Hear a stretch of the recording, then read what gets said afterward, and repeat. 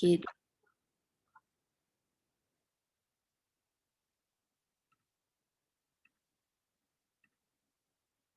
Let's see here. Hey Gabriella, it's Sinead from Oil Balance here. Good evening or good morning to where you are. Hi, how are you? It is evening where you are in the UK.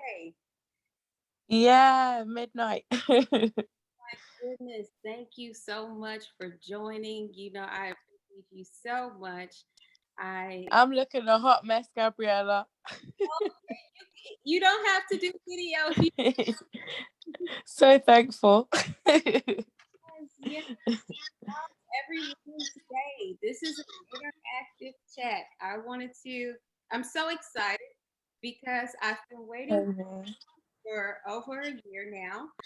For some of you that have been following me on Instagram, you know that I had a bit of a health scare and a health issue that was going on, but that is being resolved at this time, and so it's all working out.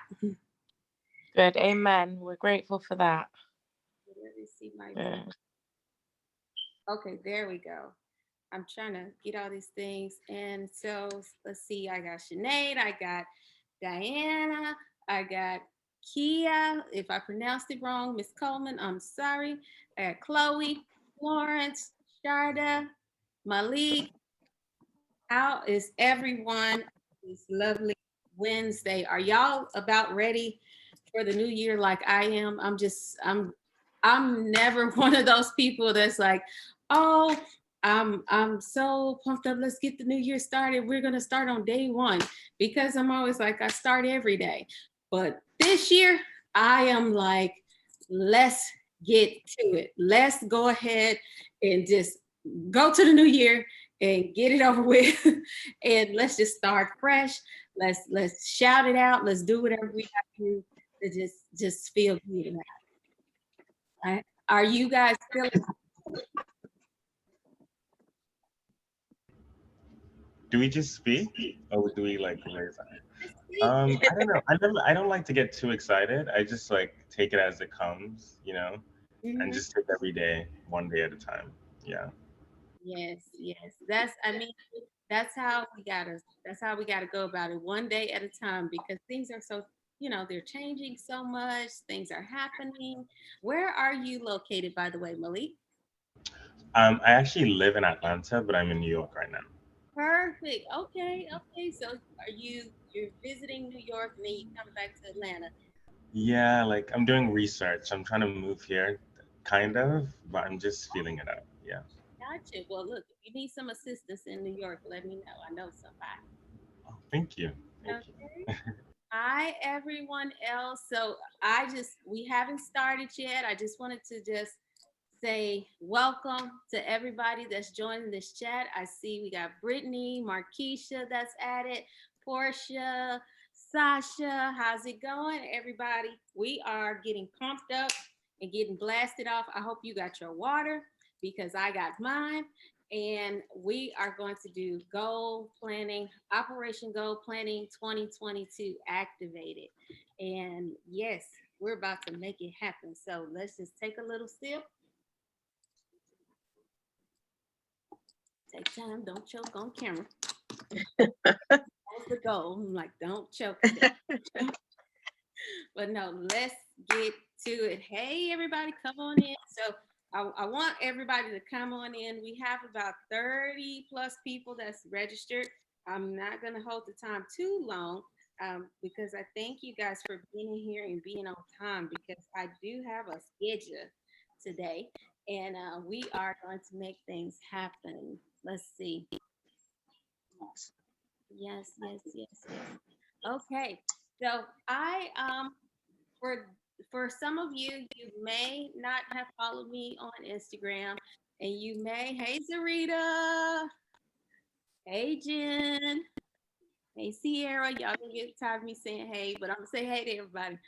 But essentially, some of you that may not have followed me on Instagram or may have just recently started following me on Instagram, I wanted to take the time to first introduce myself.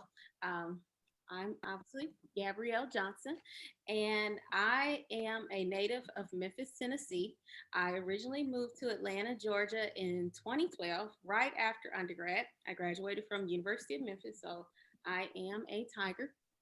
But I moved here and I had no family here, no nothing. My family thought I was crazy when I told them my junior year that I was going to make my way to Atlanta and try it out. And they were like, "Well, Gabby, you have never even been to Atlanta. You don't know nobody there. Why don't you just go to Illinois? You know people there, you know, families there. You might can go ahead and get a position there. Why would you want to go to Atlanta?" For me, it was a thing of I had decided that I wanted to just start fresh. I just wanted to, I've always been very independent, but I really wanted to just claim my own territory and just started from scratch, from the ground up. So I moved here to Atlanta.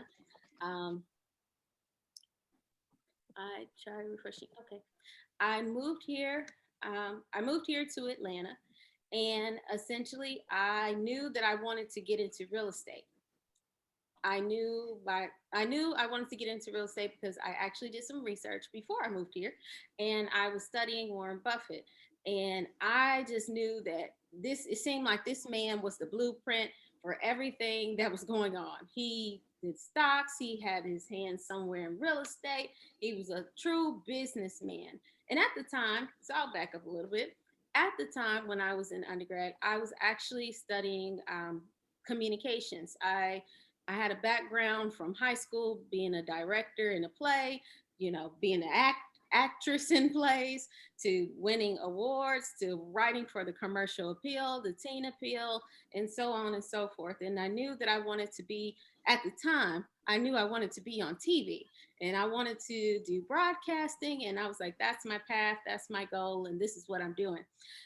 And then I got my internship at WREG, the local news station there, and I realized very quickly that it was no longer what I wanted to do. It was no longer, not necessarily because of just one thing, it was a few things. One, I realized with media, it is very controlled.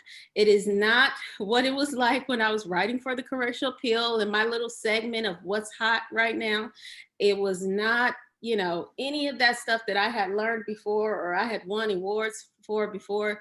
In that media room, it was very controlled of what they were going to put out there to the world, how they were going to put it out there to the world. And I had all my grand ideas. You know, I always want to save somebody.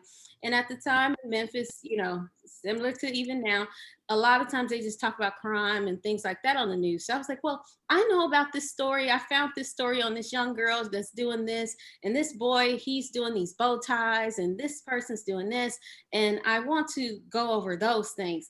And they said, well, maybe on the next segment. Next. And they just, and it went on to the next segment, the next segment, the next segment, till there was none. And so for me, I basically said, well, okay, that's strike one. I don't get to say what I want to say. And then it went on to, I was sitting with one of the anchors, and she had just got engaged the night before. And literally, she was there and she was like sad that day. And I was like, what's going on? You know, usually she's all pumped to see me and she's full of energy. And she was like, you know, I don't get time with my family and this, that, and the other. And in the midst of her telling me the story, we were out, we had to leave and chase something that happened down the street at 201 Poplar. So I noticed then. So already I can't write what I want, which I'm very open-minded and I like to speak. Two, I can't, you know, spend time with family, and I love family. So that's not going to work. And then three, I started realizing what news anchors got paid. So long story short, I wasn't doing it no more. I'm a businesswoman first. I've always been a businesswoman. And I said, well, the thing is, I'm in my junior year. I can't start over. You know, I can't go into another major. I got to keep going with something. And so that's when I started to plan and plot. I had already kind of had my plan made out, but it was already kind of, I would say, laid out for me in a sense because it was from what I derived from high school. So it was at that turning point, my junior year, I knew that after undergrad, I wanted to move out of state. And so for me, I'm like, well, shoot, now I want to move out of state, but now I don't want to go forward with this degree. I don't know what I want to do now, because no longer do I want to do broadcasting. Like, it really sucked. My internship, it was, I mean, I learned a lot. I met some good people. I interviewed Carmelo, Anthony, I admire all of them. It was nice, but I learned very quickly that that's not what I wanted. And it wasn't fulfilling me anymore. It wasn't my passion anymore. And I'm a person of feelings. I'm a Cancer. So if I don't like something, I just can't move forward with it. I just can't. I'm the most stubborn person when it comes to that. So I had to come up with a plan. I had to come up with a strategy, and I had to think of one fast, because that was the spring going into the fall of my senior year. And so basically, I was studying Warren Buffett at the time, and I said, well, you know what? He looked like he got his riches through stocks, real estate, and business. That's where we going. And then from there, let's just figure it out. But at least this is a plan, because I knew that I wanted to get out of Memphis, because I knew that I wanted to start fresh somewhere else, in another state, in another city, away from everybody, and just start I just had this big plan in place of starting my own. I didn't know what it was. I didn't know how to go about it. I just knew I wanted to start something. So in my dorm room, at the time, actually, I was in my apartment at the time. I remember sitting down and I was crying, because I was like, I just really didn't know. And then I said, well, you can cry about it, or you can sit here and start just writing stuff down. And I literally pulled out my notebook. I still got it to this day. And I started writing out things that could make me money, because I'm not gonna lie, that was first priority on my list. Since my passion was, destroyed at at WREG, I knew the next thing is I still gotta feed myself. I still gotta take care of myself. I still gotta make sure that everything is running the way it needs to be when I get out of college, because I have no one to fall back on and nothing to fall back on. There is no other option here. So for me, I said, what can make me the most money? Okay, I looked at stocks, I looked at real estate. Stocks, at the time, I got very intimidated, because I was like, this seems like math, it's a whole lot of numbers. I'm an arts girl. This ain't gonna work for me. I don't, first off, it looked like you gotta put some money in, and I don't got no money to put in. So how is this supposed to work? So that was crossed off the list to save for later. I knew it was something I wanted to get into, but I knew that wasn't the thing that I could start with right then. Then I went on into real estate. And from real estate, I looked at it and I said, okay, well, I see that there's so many different options with real estate. You can be a landlord, you can buy houses, renovate them, put them back out there. You can buy houses without buying a house and send it over to somebody else and assign a contract without anything. Or you can just purchase a house and sit on it and get some equity. I said, okay, well, let's start there, because this thing is seeming interested. And the thing I liked about real estate is that, one, you could build wealth with it. And two, I always loved houses. My grandmother, funny inside story, if you ever read my magazine article from Greater Atlanta last year, I talk about how my grandmother, we used to go to open houses all the time.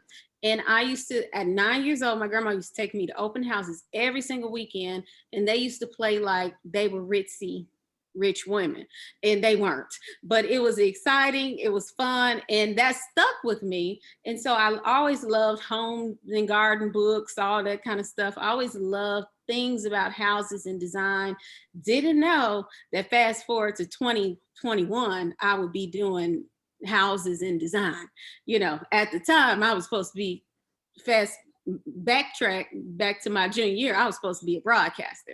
So ultimately, when I started researching real estate, it took my interest because it already had something back there. And so I said, okay, well, let's try that. Let's see what we can do. At the time, I had 5 jobs. I was working in the mall. They called me mall girl because I always kept going. I had to keep going because I had to depend on myself. And then from there, I actually got a job with Enterprise Rental Car. They had a manager and trainee position, and it was paying more than what I was basically making at 2 of the jobs at the mall. So I was like, I need to cut back because it's my last year in school and I got to truly focus. And I need something that can transfer me to Atlanta because I got to get there some way, some form of fashion. So I went ahead, got the job with Enterprise.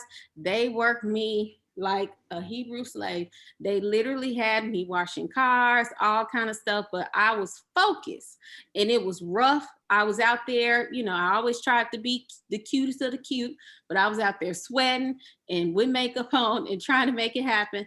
But my eyes was on the prize. I said, this job right here, I know that they go from manager training to you actually get a sales rep position. Then you can go to like branch manager or corporate accounts manager, whatever the case. So with that, I was plotting on them. I said, they gonna be my ticket to Atlanta. So I got with Enterprise, manager training program. I told my mama, I said, I'm going to Atlanta. And she was like, well, you're not going by yourself. And I said, well, I gotta go. So as soon as I graduated December 2011, and February 2012, I was in Atlanta.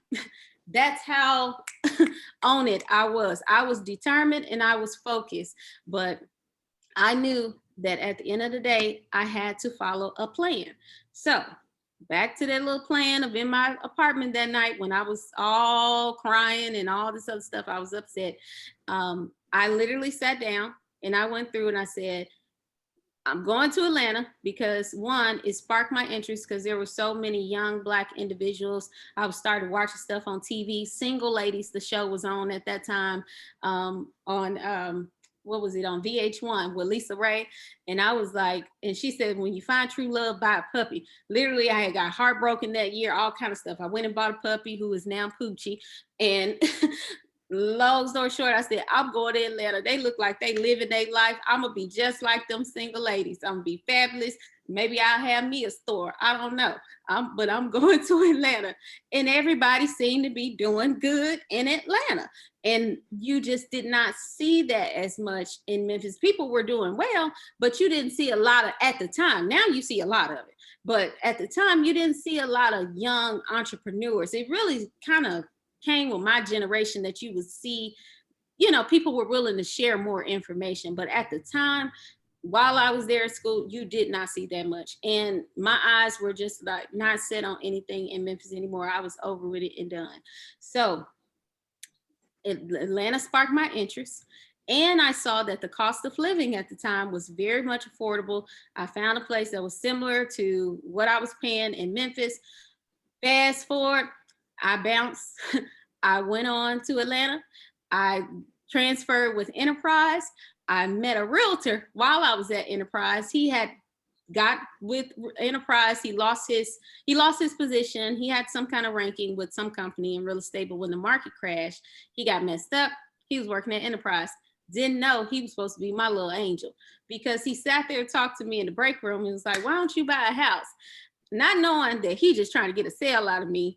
But at the meantime, I'm like, how you know I like real estate? You know, I came to Atlanta for real estate. Mind you, my job at the time was like $35,000 a year. So I was like, you know, and you take out taxes, that ain't much left. So I was like, oh, yeah, how you know I want to get into real estate? This is something that's on my goal list. And he said, oh, okay. He said, well, I can help you buy a house now. I said, now, wait a minute. I don't got much. You see, I got a Saturn parked outside. I can't even tell how much gas is in that car. Okay. I am on a budget here, so I'm gonna need some assistance. And he broke it down to me how to buy a house. And ultimately, I told him this is my goal. It's on my goal list to buy a house because I had to divvy it down, and we'll get into that later. But long story short, I bought a house, quit my job with Enterprise, went over to the hospital, hospital because I had somewhat of a background in there. And I said, well, let's try the healthcare thing. Because right now I want to be a realtor, but I don't see myself being a realtor just yet. And at the same time, I need to make some more money. So now that I've secured the house, it's time for me to go to other things. I got in healthcare, worked at the hospital for a little bit of time while I was in process also of getting my graduate degree, which is in health administration, and my MBA. So I got that out the way. At the same time, mind you, this is in the time frame of 2012 to 2016, that at the same time I started a cleaning business because I was like, I need to, do something else as well. I need to have a business. Warren Buffett had other businesses. I need to have a business. So I got a cleaning business, started that up. It started doing very well right off the back. I put it on Groupon and it just blew up. Some people on this chat know about it. Brittany, Florence, you came around the time when I was starting it. Mom, of course, you're on here, and Jennifer, you know about it. So yes, Sparkling and Spotless was cleaning for a reason, doing all kind of stuff. We were giving out community cleanings, everything. It was fabulous. But I had to go back one day and sit down, and I had to look at my goal list that I had created back in 2011, and I realized I was all over the place. And I had to recenter myself because I was like, okay, Gabby, you done got to Atlanta, you done checked off this, you done got your real estate, you done, started you a business, because that was one of the things on there. So what are you gonna do next? And then fast forward, I kept on to that list. I went ahead and got my real estate license. I became a top producing realtor my second year. Well, actually, within my first 6 months, I became a producing realtor at Berkshire Hathaway. And I won my award for Rookie of the Year because you have to have a certain amount of transactions in those first 6 months to be considered that. And most people in their first 6 months as a realtor, it's just a hot time right now. So a lot of people are doing really well, and I wish them the best, and I wish them to keep doing well. But during that time, even though it doesn't seem long ago, it was very hard. It was just the start of somebody got to turn their mic off because it's echoing. So,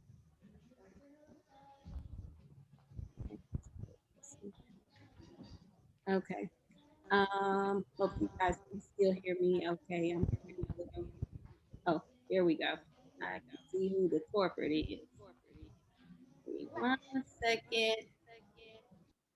There we go. All right, got that on mute. So, yes, basically from that point, I just kept at it. I kept at it with real estate. I then, cut off the additional things. I had cut off the additional things of healthcare and all that stuff beforehand, before becoming a realtor, because as soon as I got in as a realtor, I was completely full-time and I was completely committed to it. And from there, here we are now. I'm a real estate broker and a designer and developer, developing houses all around Metro Atlanta. A lot of the properties are in the west side of Atlanta, where I am creating affordable luxury for all. And that's something that you didn't see much over there. In the beginning, when I started in the west side, it was kind of like paint and carpet type situation, lipstick on a pig. And then you have some houses that are over there on the west side, and they're like super expensive, 800s, 900s. But the houses in between that were in the 3s and the 4s, it wasn't giving what it needed to give. It was very much basic, and it was very much build a grade. So I said, you know what, let me come and do my thing, and let me show these people how it's really done. And so I started creating affordable luxury on the west side, and we rocking and rolling since then. So that is my little bit of story that I wanted to share with you all that have not, maybe just started following me or whatever the case, so you can know a little bit about who you're talking to.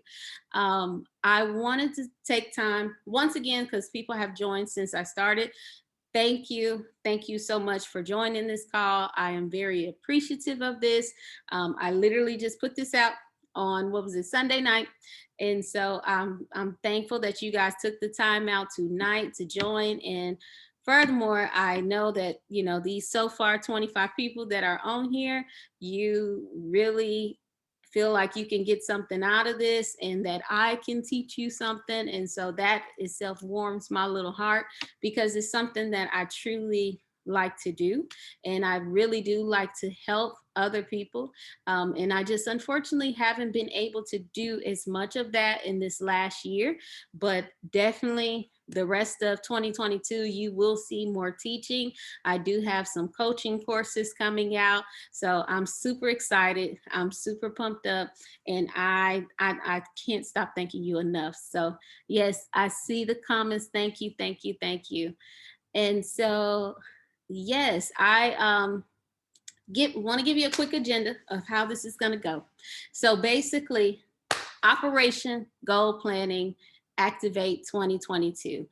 I am a firm believer. Those of you that know me, those of you who have been following for a while, I am a firm believer of progress. No matter what's going on in your life, no matter how it's happening, when it's happening, as long as you're pushing forward is what really matters. And in order to do so, you have to know where you're going with these things and know what you're pushing for. You know, a lot of times people, you know, you hear the things out there like, if you ain't doing this, you ain't doing that. And if you ain't working on your dream, then you ain't nothing. And it's like, but there's nobody really telling people like, okay, well, I know you got goals, but do you know how to put them together? Do you know how to plan them out and strategize it so that you can work on your dream and get to where you want to be, whether it's life goals, health goals, you know, regular just physical goals, shopping goals, career goals. It's not always just monetary goals, family goals, spiritual goals. There's so many different goals out there, but a lot of times we just, you don't know where to start. Sometimes it can be very much overwhelming. Like I mentioned in earlier in this chat, you know, when I was in college and I was a junior, I didn't know what to do. I didn't know which way to go when after I decided, you know, I didn't want to be in broadcasting anymore. I didn't know where to start, but I had to figure it out. And ultimately, from there to now is like a track record and a ticker of my goal and planner list that I'm going to share the formula with you guys of what I use, how I use it, and hopefully, you know, I can upload it in here, or this is a recorded chat and I'll be able to share it with you guys after, but I definitely want to get this PDF format. I put it in PDF for you guys. I definitely want to get it to you because I really feel like it's helpful. If one person on this chat can use it and feel good about it, it's free. You know, it's no, you click on it and you got to pay $5. No, it's free of charge, there for you to use to help you and assist you with everything you need. So I want to go over how to get to your goals, how to properly strategically plan out your goals. And also I want to open the floor for Q&A because I want us to have some interaction. There will be Q&A at the end of the chat. However, I would like to call on some of you throughout this chat and go over your goals while I'm going through some of the formulas. So if that's okay with everybody, let's go ahead and take a look at everything and get started. By the way, before we do get started, I do want to know, is there anything in particular that you guys want to hear on this chat? Yes. Can you hear me? Yep, I can hear you. Hey. Hey, sorry I can't come on camera. I'm a little rough right now. Hey, girl. Yeah, I just wanted to learn more about like flipping. How do you start flipping properties and stuff like that? I mean, I've done one my own myself, but I did it with the help of my ex-husband, and I just want to kind of just continue it and do it on my own, and just kind of fearful of it a little bit, doing it all the way on my own. So I just kind of want to know how you started doing it on your own. Yeah, that's kind of how I want to. All I wanted to know, really. Okay. All right. Well, the thing is that this particular session is for goal setting. So, Oh, okay. but Sorry. I do touch on some of that a little bit of how I strategically plan my days. But for you, this is a good one to this is still a good one to have, because I know there's a couple people that have, interest in flipping, because that's what I do. But this is actually really good for even you guys that want to get into that, because you really do have to be strict. You got to be planned out. And even the goal list that I'm going to share with you guys on here, even when it comes to doing your project, a couple of these sheets are some of the ones I use with my individual projects as well. I have a whole nother, I got formulas and maps and stuff for everything, especially now that I have to be super, super organized and strategic with my days. There's so many different formulas I've come up with over the years, because it's come from, I don't like to use the word failure, but I had some L's that I took. And so from those L's, I learned and I plotted it out and planned it. So definitely these are going to be great in any field that you're in, but I will make sure, Alicia, that I touch base some on the flipping tip, and then I'll make sure to connect with you on that course. So let me see. Let me just look at the chat really briefly. If you guys can just speak on your mic, that's even better, because I'm gonna have to read like this, and I got this light right here, and let's interact. Let's see. Tips on time management. Look for, okay, who we got here? Sinead? I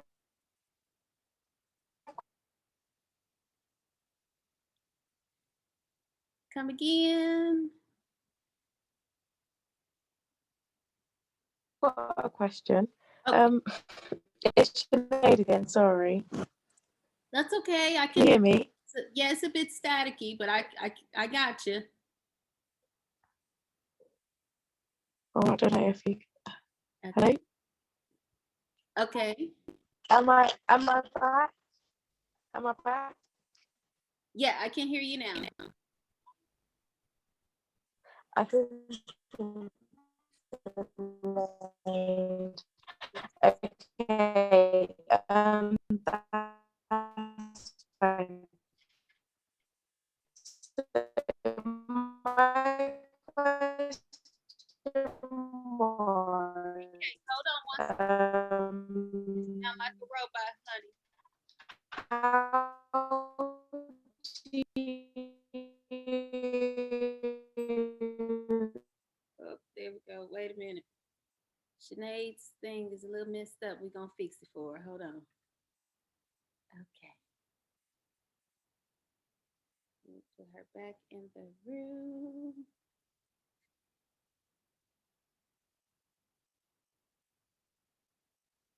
Okay, Sinead.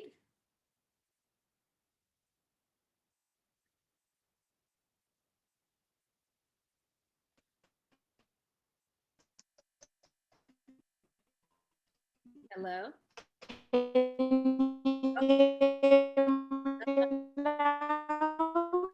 It's still messing up, so just text it in the chat, okay? Okay. Okay,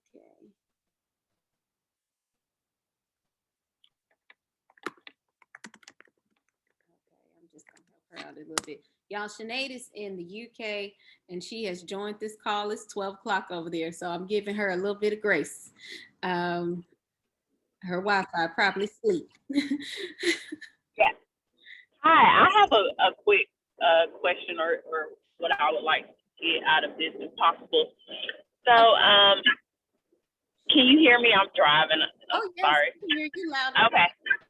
Okay, awesome. So I wanted to know how you were able to strategize around like officially quitting your like full-time job, because I work a full-time job and then I'm also trying to do real estate. So I kind of want to know, like, what did you kind of do to kind of be able to say, hey, this is my exit, today. Gotcha. Yeah. So let's learn more about that. Well, we'll definitely. Oh, and then another question too, if you don't mind. Yeah. So with the you being able to purchase your first home, right? And then also being able to purchase other properties, like, and I don't know if that's like in the fix and flip class that you do, but yeah, like how were you able to go about doing so with like financing and all that type of stuff, like, or like your goal, like how you were able to do so. Gotcha. Well, I tell you what, we'll save, because both of your questions are related to that. We'll save that for the Okay. Q&A session, because I got a feeling a couple more people go start asking about these flips too. But we'll touch on some of those. I'm completely fine with touching on that a little bit in the Q&A session. So definitely, I'll keep that question. Don't let me forget to answer it. Okay. Okay, thank you so much. Yes, yes. I have something for you, Miss Gabby. Good evening. Good evening. How I'm you so happy to see your sweet face look? It's lovely to see your sweet face on your picture. on my picture. Yeah, because I'm busted right now. But my main thing was trying to strategize how goal setting. I would say my thing is I have a lot on my plate. And all of them are goals. And it's not stuff as in, oh, well, I want to do this and I want to do that. Everything is goal driven as far as like making accomplishment financially, spiritually, family wise.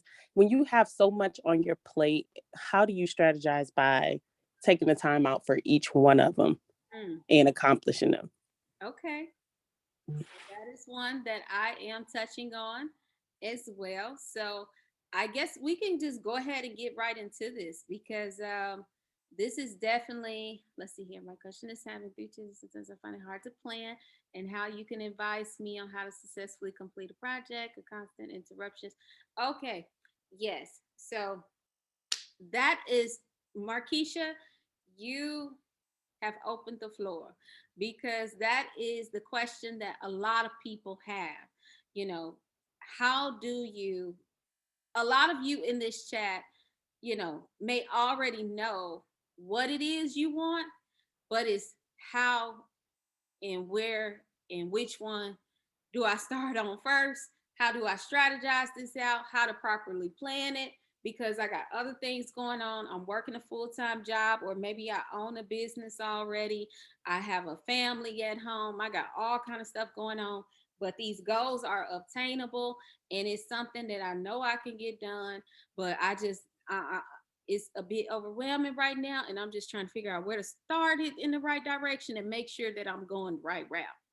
So, of course, we may not, or we may be able to get to everyone that wants to share, because I would like some of you to share when we get to that point of what your goal is. And maybe I can help a few of you on this chat to break it down. But I want to go ahead and get into it right now. I'm going to go ahead and share my screen. So you'll see me go away for a little bit, but I will come back. But just when I do share it, I want you guys to holler out, let me know that you're seeing the screen properly, okay? All righty. So let's see here. Perfect. Are you guys seeing my screen okay? Yep. Yes. Perfect. Okay. So here we go. Here we go. Here we go. Operation Goal Planning, working towards SMART goals. This is a mind map. It's a diagram used to visually organize information. This is the map that I use to start out my projects. This is the map that I use to start out just my goals in general. So like I said before, I set goals very, very strategic. When it comes to putting stuff on paper, I literally put down the dates, the times, when it's going to be done, all this good stuff. I've had some goals on there for over the past 10 years that I maybe have 2 or 3 that's not completed out of the 12. And then I have some that I've had to pivot around and add on to over the years, because let's just face it, life changes at a blink of an eye for all of us, whether it's good or bad. So a lot of times you also before I get deep into this, I just want to say, be mindful of your goals and just know that at the end of the day, there's no, I don't like to use that word failure. There's a thing of, it might not be the right time, it might not be the right season, it might just need to be a pivot, and maybe that's just not the thing that's for you anymore. You know, you might have another calling now. So I just want to share that because that's me being transparent. There have been times on my goal list where I go back and I say, you know what, this doesn't serve me anymore, so let's go on to the next thing. But for my basis point, when I want to go ahead and review my goals, this is where I start. This is the SMART goals calendar. You literally start in the middle, SMART. And the verbiage for SMART is being specific, measurable, attainable, realistic, and timely. This breaks down exactly how you need to view the goal as a whole. For instance, let's say the goal is financial. It's right here. In terms of financial, you then have to break it down to what are you trying to get? Because a lot of times people say, I want to make, $100,000 or $500,000 or $1,000,000 by a certain age or whatever. I just use that because oftentimes people do associate their goals with finances. We all got to live. So in the middle, if you are, if you have your focus of what your goal is, you're going to then go ahead and lay it down. First things first on the list, you're going to specify what this goal is. And to do that, you're not just going to say, my goal is to become a house flipper. What, who, where, why, which, and how do you get this started? This is the better way. Specify is your business idea. That's your goal. That's your whatever business you want to start, whatever. You can plug in health, you can plug in career, you can plug in relationship, whatever this looks like for you. For the sake of, just keeping it flowing through this whole little chat, I'm just going to say right here, financial. You're going to go to the what is it that you're trying to obtain with this? For here, I can say, be a developer. What is the solution? What is the problem? Meaning, where is there a problem in that particular field that you feel that you can make a difference?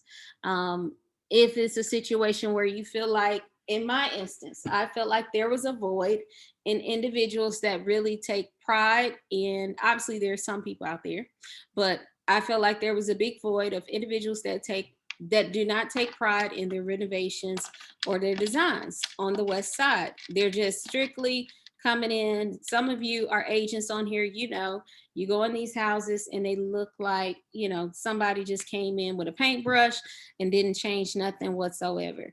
So that was the problem. I was considered the solution. I'm the one that's going to come in and make the difference, make the change, because I see, based on the buyers that I had been working with, that they were tired of seeing these style homes that were just build a grade in this price point.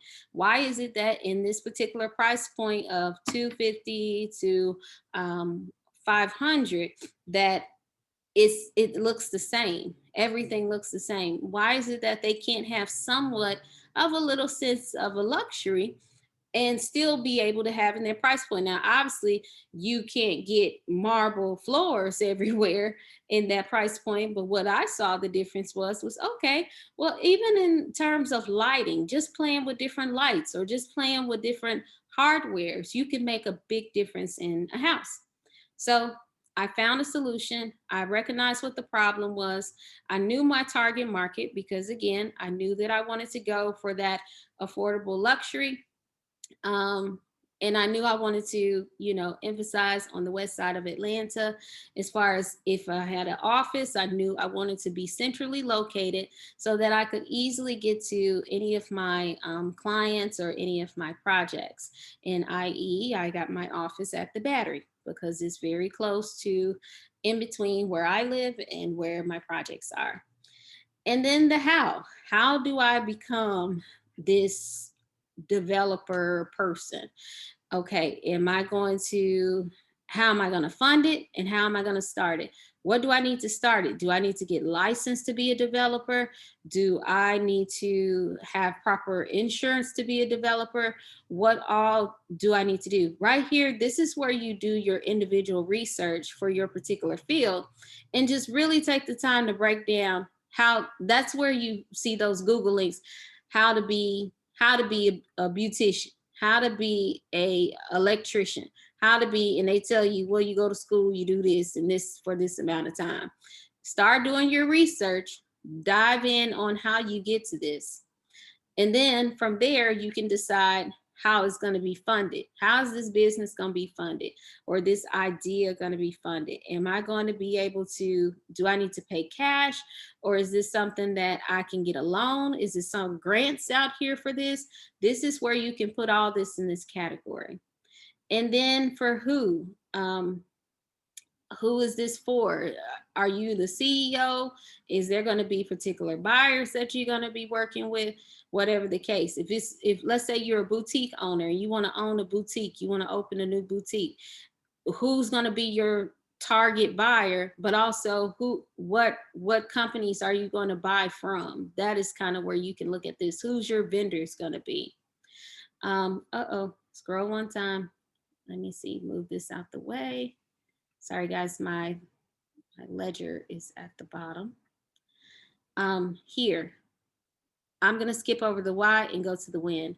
The when is, when am I gonna start this? Based on me seeing the problem and the solution and me having the understanding that yes, I'm needed here.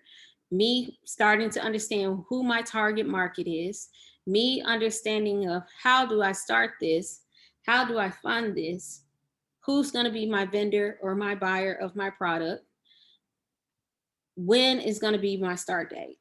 And based off that, a lot of times it's based on how you're going to fund it. Because let's just face it, you got to have money to start something. And some stuff you don't necessarily have to have the funds, but you have to intellectual property. And if you have that, you are more likely to start sooner than later. But you need to strategize and actually put a date on it, because scientifically, when you put a date on something, it makes it a lot more real. And from there, I'm going to get to the why. The why to me is just as important as the what. Because if your why is just doesn't, it can't just be, I like this type of thing and I have fun with it. Is there a passion behind it? Is there, what is your reasonings behind it?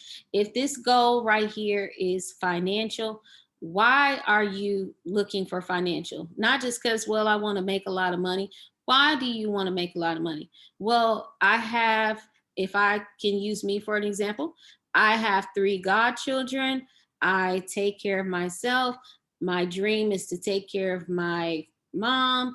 My goal is to be one day married and be somebody's equally yoked, mentally, physically, financially, all of that. So this is why I want to have the proper funds, so that also on top of that, not only taking care of myself, but I also have dreams of mentoring other individuals, starting a nonprofit, giving back to other individuals, giving back in different forms that might need extra funding. And maybe I don't want to go through government funding. I want to do crowdfunding or be able to go in my own pocket and take my own capital to start these things. And also, I need these funds because I want to build generational wealth. I want to continue to buy properties. I want to continue to buy things that I can pass down to my god kids and one day to my kids, because I can't pass it to Poochie, my dog.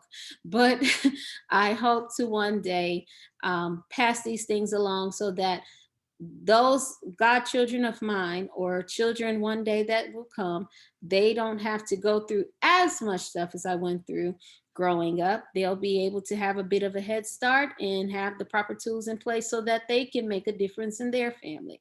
So it's bigger than just it has to be bigger than I want to have a whole bunch of money because I want this by a certain age. Even though I have certain goals by a certain age, I really don't even put them by certain age now. I'm more of put it by date. But even though I have goals by dates, it's that why that keeps me going when all this starts looking haywire. And so, are you guys with me on this page? Any questions on this one right here?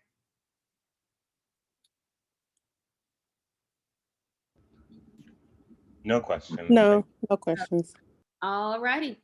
So, with that, we'll go back up. So that is being, you see how breaking that down and just being specific when it comes to you're speaking about you want to do a certain thing. And like I said, this can be a health goal. An example of that, I can use me definitely for here. The problem is, autoimmune, and platelets, things like that, that the doctor has said. The solution is I know that I am going herbal and going the natural route. Where is this going to take place of me taking care of my health? This is going to be switched out. Obviously, there's not a target market, but this is going to be switched out to home base and out work-life balance. And I put it this way because home base means, and because these all get broke down as well, but home base means that at home, I would put a little bubble right here. At home, this is my routine schedule to make sure that I'm getting proper nutrients while I'm at home, because I have a very, very busy schedule. I start my days very early and sometimes I don't come home till late. So it's very important. Those things are changing now, but it's very important for me to set that home base time. And I would express that for any of you guys on this chat. Obviously, I'm not the nutritionist, but if you can set time to make sure that when you're home, that you're getting in your water, you're getting in your smoothies, whatever the case may be, it's very much needed, because quickly you'll be out here, especially while you're working on these goals, you'll forget and lose sight sometimes of what's really important, which is your health, your rest, you know, proper nutrition, proper diet, low stress. And sometimes when you're doing these goals, you're very high strung and very high stress. So take care of yourself. Here, I will put work-life balance, because for me right now, this is actually a task that I am doing, figuring out how to balance my new life with autoimmune and maintaining my stress level and staying healthy while also being developer, broker, designer extraordinaire over here. So this is something that is like, this is the where. And this is the how. How am I going to start this? I'm going to start this by making sure that I have this time around, I know that I need to have a support partner, being in the form of a nutritionist, so that I know that I'm staying on track, even though it can be very easy, meal prep, all that stuff. A lot of these things are very mental. And so it works for me. What I've learned over the last 10 years is that I am very much mental. It has to be engraved in me. If not, I'm very stubborn and I will go on along the way and zigzag through all of this. So to start, I know that for me to reach my health goals, I want a nutritionist. And I already have my herbalist. I also want to have someone that for gym. So not necessarily a trainer that trains me all the time, but just someone that stays on track and says, hey, did you go to yoga? Did you go to Pilates? Okay. The who is me. I am the who. She is me. This is who needs to take care of this. And right here, this is where I would put a saying like, I am my own person and I am control of self. And this is what I have to do. The why, my why is obviously I want to live long and I want to be healthy for myself and my family. And also, I want to be able to continue out my dreams and goals and passions. So, because of that, I need to maintain my health, or that's not going to happen. And then the when to start is already started right here. And there's already been a launch date, but I still put a date on it. September 3rd is originally when I started this new wave of with this particular herbalist and guidelines. And then I kind of backslided some because I stopped following these things. So I got a little sick, but now I'm coming back around. So this is just an example of, I hope this helps someone that is in here that's not for career wise, but this helps with your health goals. So now that we are specific about what that target goal is. And I must say, let's say on the health goal too, I would put in this bubble, health target goal is not necessarily a weight for me. I would put in here, target goal is to have normal labs. And that's how I would break down how to get my normal labs. From there, we're at the S, we're going to go to the M, the measurable. This is where you go even further and you do the visual criteria. You put out the criteria and map it out of how you're going to get to that overall goal that you're trying to achieve, that you were just specific about. The way to do this is write down your ideas about the project in the place and under the appropriate category. Now for this is for my girls and guys on here that have multiple goals. This is one of the ones that I use because I can put here, I can put health, I can put financial, spiritual, family life, travel life. In here, you'll want to list out, when it comes to health, I would go a little more in detail. Go in remission with autoimmune. Ensure that my weight remains at a healthy weight. Gain muscle. That's something I want to do now that I've lost a lot of weight from my sickness, and now I just need to gain muscle to tone up. And then also proper nourishment. So breaking down so that it's not just health. This is breaking down in the specifics again of exactly every little part. And even though it seems a little redundant to what you just did here, I can promise you that it's not, because especially as you start taking off these categories, and I advise you to write them in your journal, write them in your planner, all that good stuff. But I'm old fashioned. I'm a good old sticky note girl. And I used to put my sticky notes on the wall and color coordinate them just like this. And I would go through and look at it every single day. I saw it every single day while I was walking in the house. And I would make sure that I was on target. I would eat, sleep, and breathe my goals. In this second category of financial, for me, like I said, my financial goal, let's just put developer here. Being a developer, I know that my goal is to do 50 homes within the next 2 years of building new construction. I know that I want to do 3 custom build homes for 2022.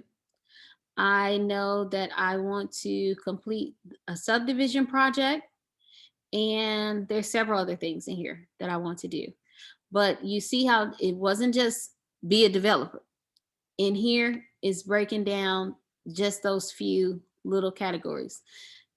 Then here, spiritual, have more time with God. Read my scriptures and I have this Bible plan and I listen to it every day. And so here is just to be consistent reading the Bible plan, consistently spending at least 30 minutes in the middle of the day with God, and making sure that I spend more time in the mornings with God. It's easy for me to do the time in the mornings. It's easy for me to do the plans at times, the most committed part is making sure that during the middle of the day, for me, that's a big thing. For some people, now I go along and I pray throughout the day, obviously, as I'm walking and talking and things like that. And sometimes I have to just say Jesus. But there are times where me personally, myself, one of my goals is to take time, because I really don't have a lot of time throughout the day, but I want to make time, because to me, that just, for me, shows that I'm disciplined. And so for me, I know that when I feel disciplined and I feel like I'm achieving something, it also makes me propel and push forward and actually go to the next thing. So that is one of my definite goals, so that I can continue to do these goals over here. And then the next category of family. Now that next month, by the end of the month, I should be released to be able to travel again, because I haven't been able to travel by plane or by car. And so that is, hopefully everything goes well and I'll be able to travel again. So here my goal is obviously to get back to seeing my godchildren that are abroad as well as in Illinois. I usually go every other month to see one of the two. And so I go to UK and I go to Illinois. And so that is my goal for that. And then also to go home to Memphis a lot more this year, because it's been a while since I've been home, because I've been so busy with work. And then I started traveling the entire world, and, time just went by. So I'm breaking that down as well, having committed time with family, spending time, making sure the holidays, we're spending good time. And then here, where it says category, who's talking? Here, where it says category 5, this is where I put travel. So because I've been home on bed rest for quite some time, I have a whole travel list now. So in here, I know that because I'm an experienced travel, I can just put in my travel places, Peru and all these other places I got in my head. But for someone that, let's say you want to start traveling, this is where you can put in places that I want to go. Name 3 places you want to go. If it's feasible in your budget, I want to travel one place every quarter, or I want to travel one place every month. Whatever your flow of budget is, just make sure you put it in this category of how many and how often you want to travel. For me, I am putting in at least, I know for sure I put at least 6 places for next year. So for someone else, if you put down those 6, I, for instance, is because I know, how often I can travel and how I can do it. For me, I'm going to break it down by even going further with my travel by saying, okay, I want to go to Peru. I want to stay at this place. I want to eat at these places. And I know that the plane tickets are around this cost. And each place I'm going to list out so that it's truly it's out there for me to see that these are the places I want to go. Now, this is considered minor to some people because they're like, why is that a goal as far as travel? But you'll be amazed at how so many people have not traveled. And for me, I say travel is necessary because it enriches your life and it really does change things. If it has not enriched your life yet, you just have not been to the right place. But this is how I do a visual to measure out my goals. From here, I break it down a little further and we go into the plan it out phase. So my keyboard is cutting up. Hold on, there we go. All right, so we're at the A, the attainable. This is where you develop attitudes, abilities, skills, and you plan out every single step. So already we got specific with the goals.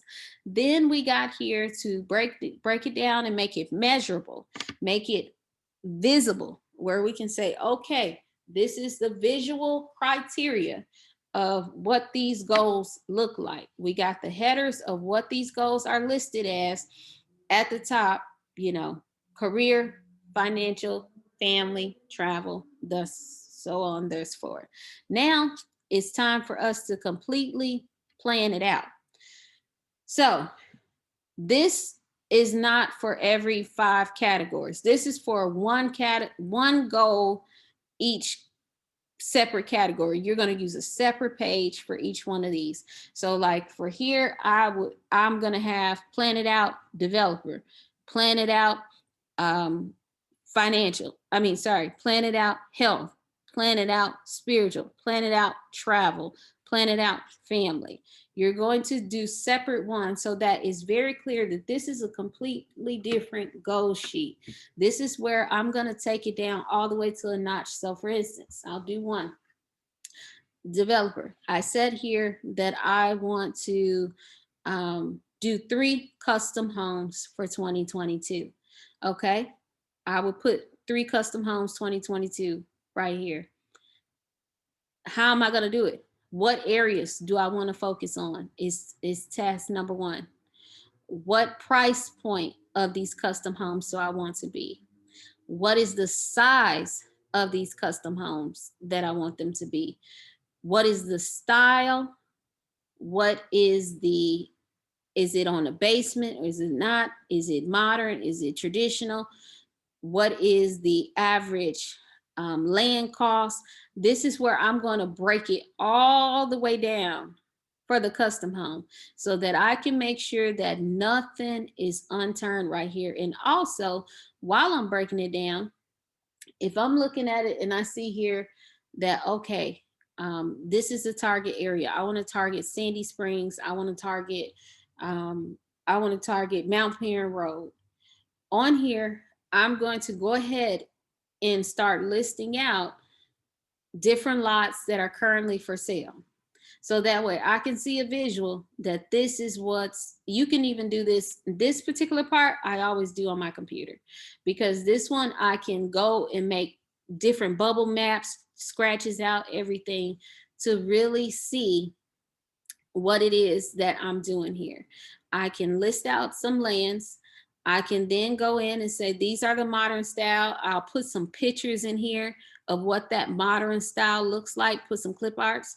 I'll then go in and put the price point and do a formula breakdown. If I know that I want to sell for 1.5 million, I know that I want to keep my budget somewhere in no more than 400.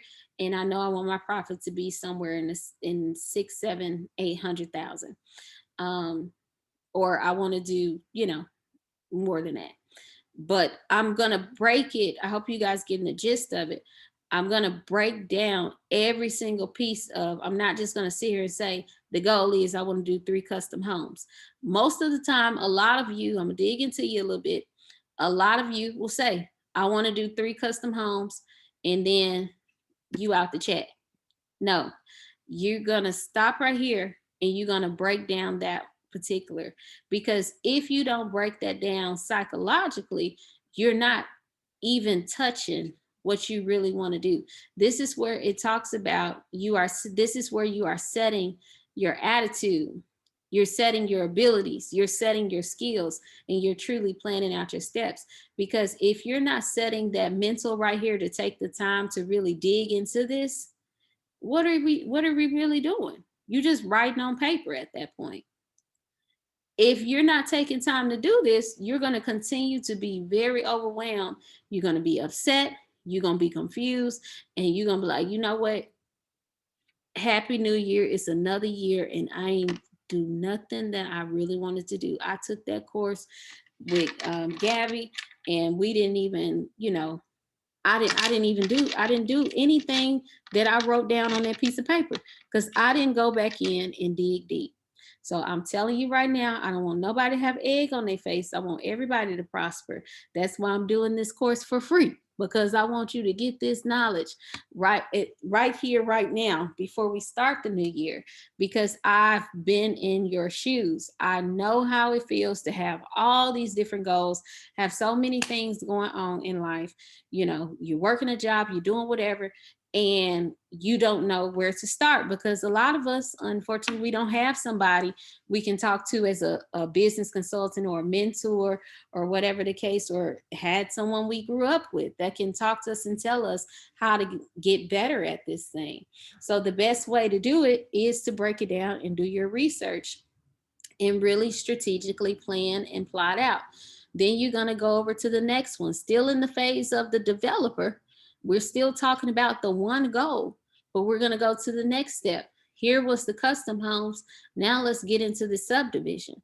Okay, for instance, this subdivision, I already have the lot. Now I just have to make sure this is what needs to be done to go ahead and move forward with this lot. Let me call South, it's in South Fulton right now. Let me call South Fulton and get this done, get this done, get this done. From there, okay, let's go ahead and go to the next phase. How much do I plan to sell these houses for on this, in this subdivision? What style of homes are going to be in this subdivision? I've already kind of got past that phase. I'm still at this phase of getting it approved to split up the lots. So we're doing plottage right now. So right here, I will just continue to break down a little further, more of what the project consists of. And then I will go to the next step and do the same thing for the 50 houses. How do I plan to complete 50 houses in the next 2 years? Break that down 25, 25. If I break down 25 divided by 4 quarters, that'll give me an answer of how many houses I need to do per quarter. And then if I break down per quarter, I need to look at how many guys I need, how many houses I need to have under contract right now, and what I need to do to make this happen. So I'm going to break that down in that way. And then any other goal that I have under the developer hat, I will continue to break down on this segment. And then from there, you will go back. Now that we've been specific, we have measured it out. We have something that we can actually use to track and see the visual criteria in the attitudes, abilities, and skills, in the obtainable, planning out your steps, setting out your abilities, because basically you're letting it be known, these are my abilities because I'm breaking it down, and these are the things that I'm going to do or I'm going to need to do to make this particular goal come to work and come to fruition. Because the thing is, you have to know and have to really break that down, and it really goes back to your why. Why do you really want this particular goal? Why do I want to be a developer? Why is this something that is important to me? You know, these are things I have to know, because if not, it's going to be very hard for me to start keeping up with some of this stuff, because as it gets deeper and deeper and you start adding more and more to this list, you need to always remember your why, because it's not easy. And I will not tell you that on here, and I won't let anybody tell you that. So the next one that we'll go to is being realistic. Being realistic about your goal. And let me just move this here. 1 second. Being realistic about your goal and willing and able to work towards the goal. This is a big thing, because like I said before, it's easy to put on here, I want to be a developer, I want to build custom houses. It's not easy to go through and do this, planning out your schedule and planning out your day so that you can do those things that you had to break down on this page. Breaking it down gives you a better idea of how to be realistic with your time, realistic about what it takes to get to this goal, realistic about how you need to go about it. And like, for instance, those 50 houses, it's easy to say 50 houses in 2 years, but if I don't break it down step by step, what am I doing? Nothing. Because once I break it down, I see here, oh, I got custom houses, I got 50 houses, I got these renovations over here. I really got to break it down, and I have to be very organized. And this is real life for me. This is a real life look at my particular schedule right now of how I have to go with my day to day.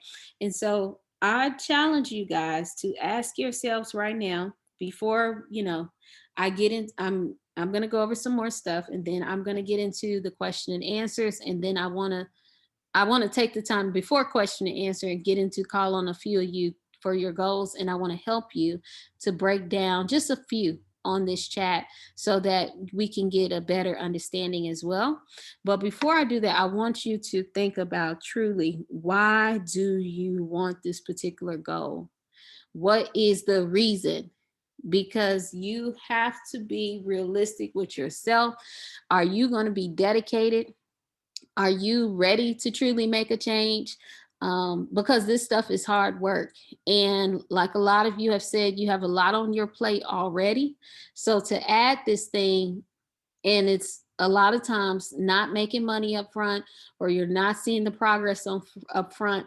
So a lot of times you can kind of get pushed away from that goal, because it's like, this is still important to me, but at the same time it's not moving forward.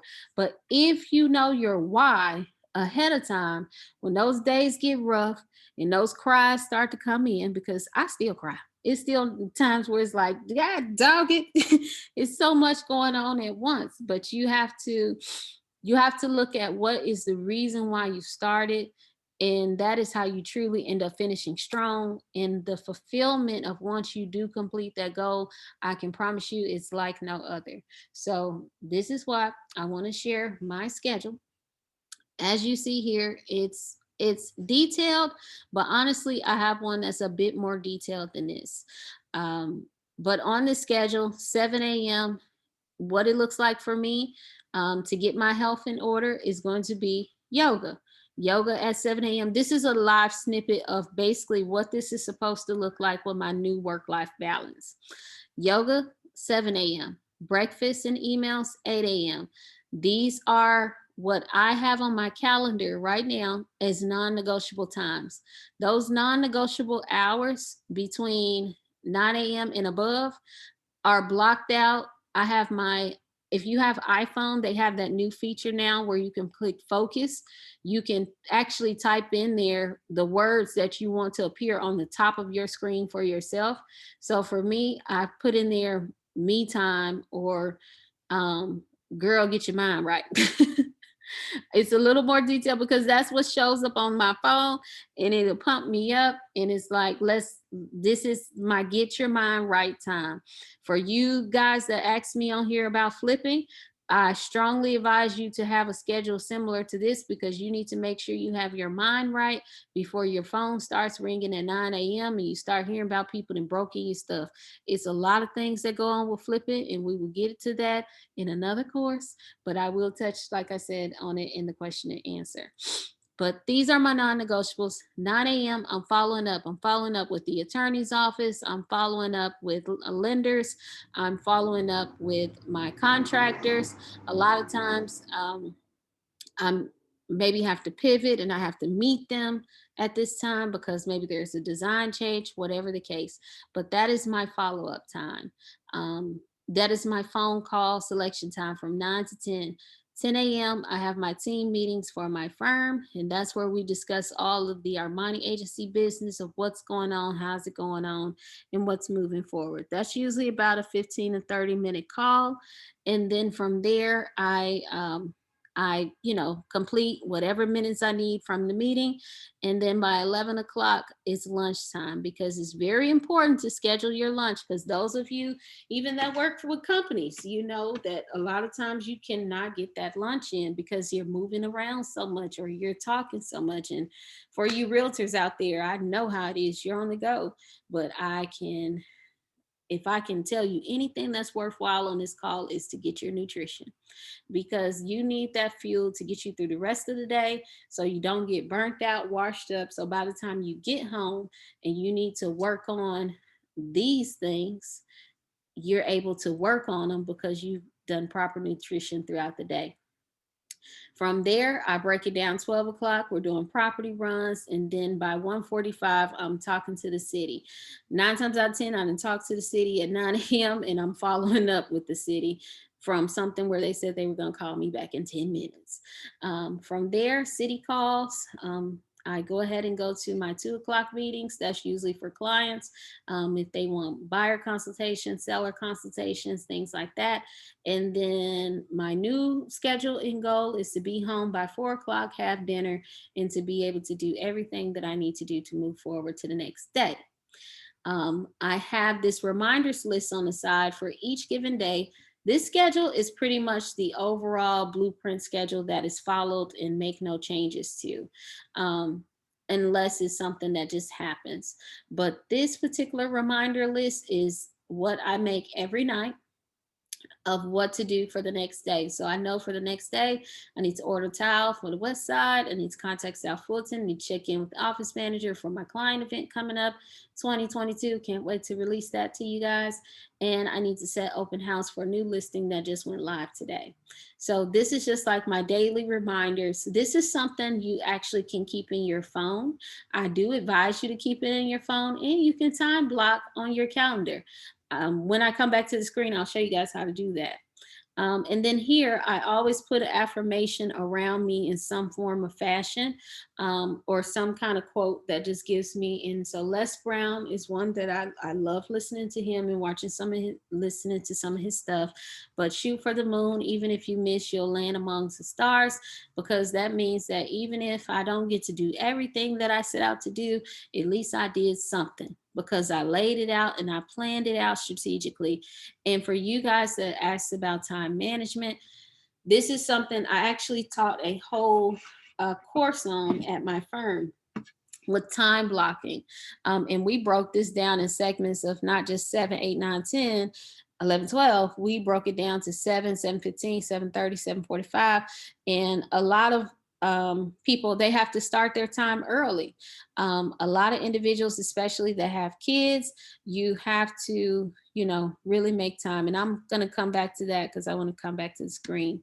But this is another example of my calendar list that you can see of today's breakdown, just a little more in detail than what you just saw on that last page. This just shows exactly like, this is the things that maybe I didn't complete the day before. These are the things that are currently in process right now, but maybe I'm waiting on vendors to respond, or the city to respond, or another party to respond. And then this is what's on hold. That means it's, it's scheduled for a later date. Maybe I had to put a rain check on it, something happened, and we need to revisit it at another time. And then I always keep my done list. A lot of times we scratch stuff off and throw it away and it's done, it's out our hair. But I like to keep the done list because it helps me when I feel like I'm overwhelmed, because I do definitely still get overwhelmed. Even with having all this, some days like today, 30 people called my phone, and I don't even have the Armani agency phone. This is my personal phone, but it's contractors and agents and different things like that. So sometimes you get a bit overwhelmed. So when you can look at your list and see it on your tracker, it just makes it so much easier to get through those things. And then, so that's how I really break down when it comes to breaking down my day. And like I said, I'll go into more detail about that. But the next and last thing on our SMART calendar here is to be timely. Anchor your goal to a specific date. And that's where I said, once again, you got to put a date on it. You got to put a date on it. You can't just put a goal on the list and say, this is what I want. For me, I'm a little more drastic than others, and I get probably a little more crazy than others, because I literally get to the point where I put, for instance, let me stop here. We're done with the share screen. I literally put on mine that by September 17th, 2020, 2020, that I wanted to purchase my second personal home. And the time had come, and it was getting closer and closer. And I know that I wore my boyfriend out, because I literally was over here like a crazy lady. Come August, July, I was over here just antsy. He's like, what is wrong? I'm like, I gotta move. But now it's different than what my original goal said. My original goal, I made this goal 10 years ago, and then I pivoted it once I bought my first house the first time. So, and I sold that house in 2017. So it's like I knew that I had to wait, 2 years or whatever for because I was completely full time and I wasn't doing the W-2 and 1099. So I had to wait because of legal laws and all that other stuff. So I knew my date, that's where that date came from, that September 17, 2020, because I had it down to the science of when the 2 years would be up and I would be able to repurchase the house again and get a loan from the bank. So time was coming and I'm watching the market and I'm like, I'm not seeing what I like. I see a lot of what I like, but I don't see my budget because no matter where I'm at in life, I'm a firm believer also. I am very frugal. A lot of people don't know that about me, but a lot of people do. I'm very frugal. I eat cheap because I like to keep my money. I like to know where it's at because I have to take care of self and make sure I'm good and I got Poochie and I don't want us to be on the bench. So I stick within a budget no matter what. I don't care, what the lender said. I'm not going up that high. And so it came a time where I'm like, okay, the time is here, but I don't like none of this. And at this point, I'm renovating houses, obviously, and doing all this pretty stuff. And I'm like, I'm not seeing nothing that got my stuff. Anything that I buy, for instance, I was seeing townhouses. I had been stalking in Sandy Springs over those 2 years. Just so happened 2020, they had to go up by $80,000.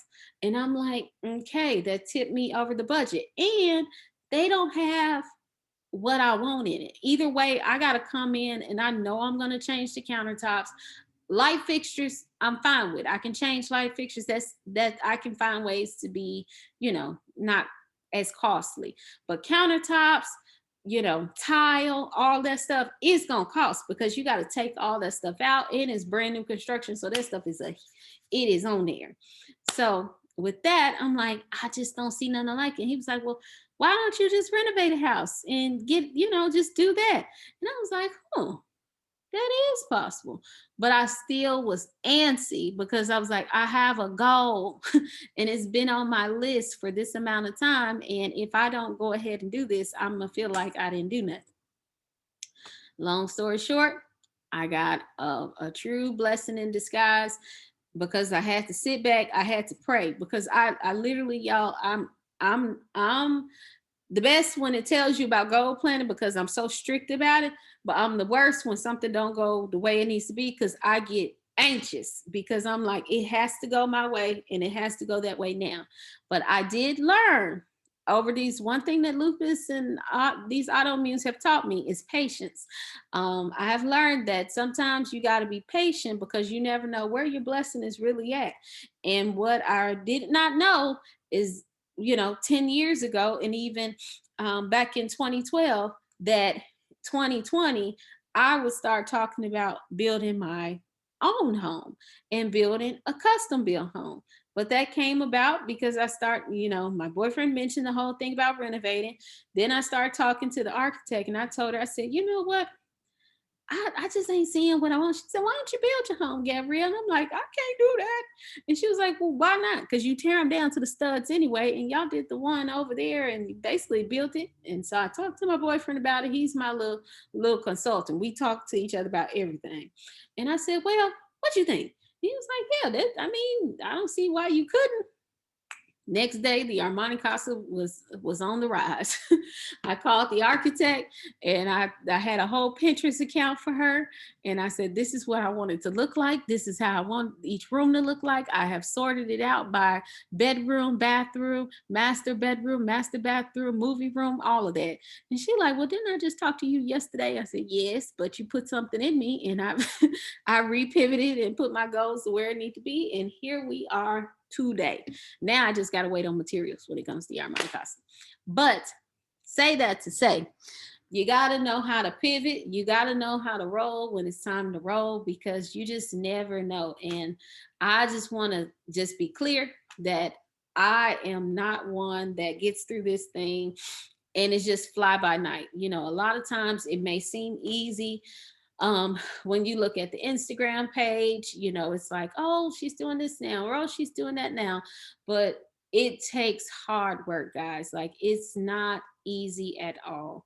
When it comes to putting these goals together and completing them and doing the things to make sure that they come to fruition, it's a lot of hard work. And so that's what was the purpose of this goal planning, and not just us saying, oh, I want to do this or I want to do that. It's really planning it out and mapping it out so that you can truly get started on it and you can get to work on it.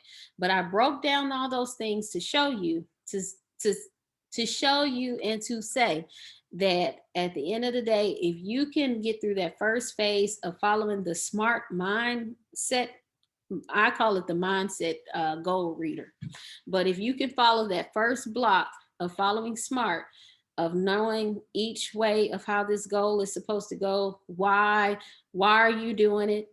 How are you going to see it forward? How are you going to plan and strategize it out? How are you seeing the time blocking and mapping of it out? And what is your deadline? I can almost promise you that you're going to meet your goal. As long as you stick to it and stick forward with it, you can do so. When it comes to time blocking, let me see, let me just make sure. You're welcome. When it comes to time blocking, one of the things that I show my agents all the time is that you just really have to break it down bit by bit. So for instance, all the people in here that got children, spouse, whatever the case may be, your days have to start earlier than everybody else. It's just no way around it, because once everybody else is up, everybody else got a problem. And then everything that you need to do to get yourself together mentally to prepare for your rest of your day is out the window, because now you got to deal with them. And if you're a nurturer like me, you go by the wayside. So first things first, even with me, I don't have kids, but I got a dog and I got a boyfriend. And so my day starts at 4:30. 4:30 is the number for me because it's still dark outside, the birds are still chirping, everybody's asleep, and I know that I at least got in the clear at least 4 hours before somebody calls my phone. That's plenty of time for me to get up. If I want to come in here, most of the time, you know, some mornings, because especially, you know, prior to this last week, it's hard for me to move around and things like that because of the autoimmune. So I would have to find ways to really nurture my body in the morning to really get everything just going the way it needs to be. So for some mornings, it might look like for me that I can go work out or whatever the case. But lately, for my mornings, it looks like I can get up, I can light a soy candle or a coconut candle. I can set the mood by cutting my little electric fireplace on. I put on some spa music just to, you know, center myself. And sometimes I'll draw me a bath, or I'll take me a nice little shower, and then I'll start me some oatmeal. I just take my time and go slow, because the rest of my day, I kid y'all not, the rest of my day is very fast paced. If you see here, I'm trying not to tap somebody. If you see here, these are today. Already, I'm still at 9 a.m. This is today. And you see it's just doop, doop, doop, doop, doop. This is one part of the phone. The next one, here you go right here. This is a whole nother phone app that I have on here. 34 text messages and 9 missed calls. This is what happens day by day. And this is not even my office phone, the mobile office phone, none of that. We have an office attendant for that.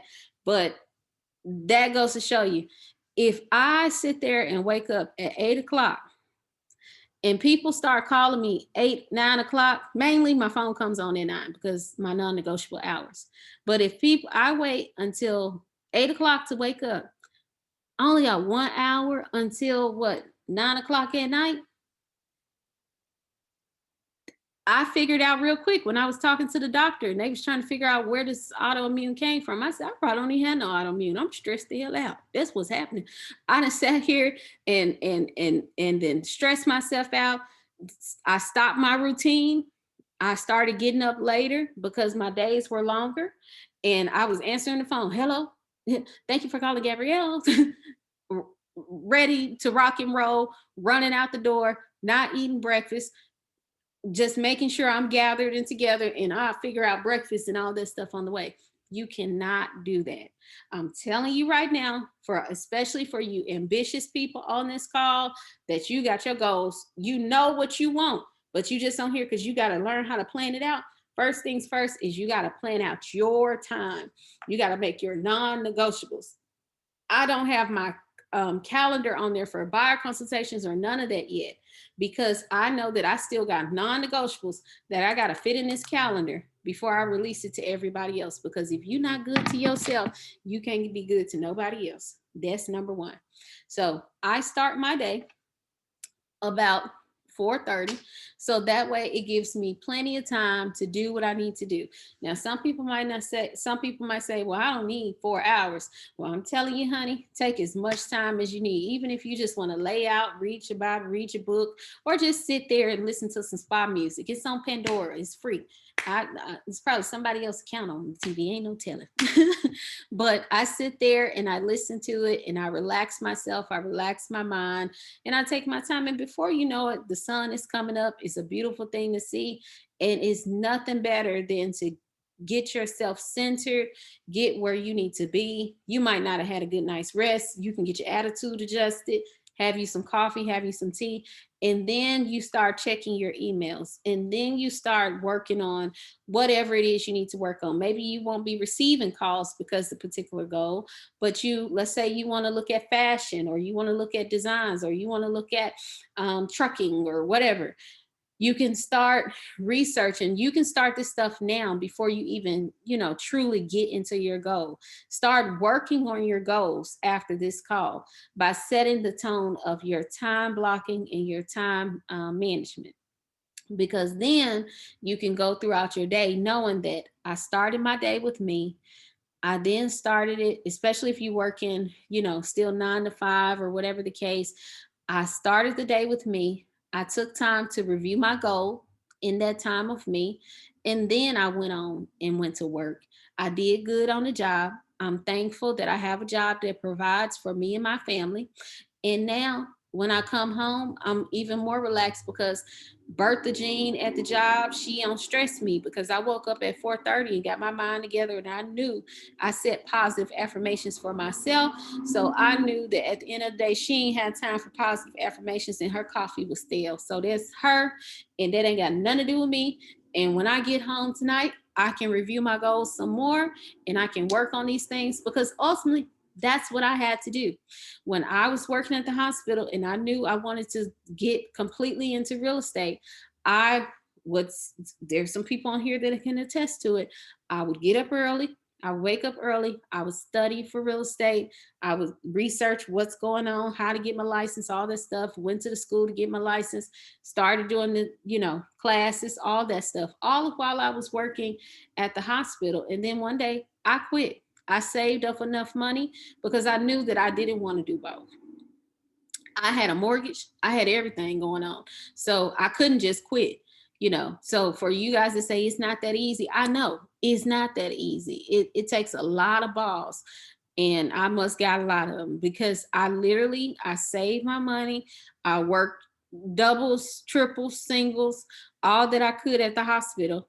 And I saved enough so at least I had at least 8 months worth of savings, and I quit that job. Point blank period.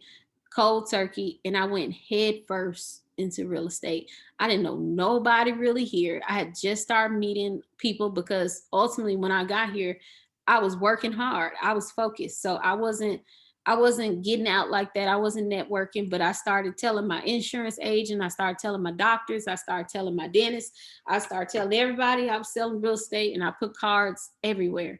And from the day that I started, it was rocky because I was like, I didn't know what to expect. I didn't know I was going to be a top producer, but I knew that I had guts, and I knew that I had the drive and the work ethic, and I knew I didn't have anybody to fall back on. So that's, what is it?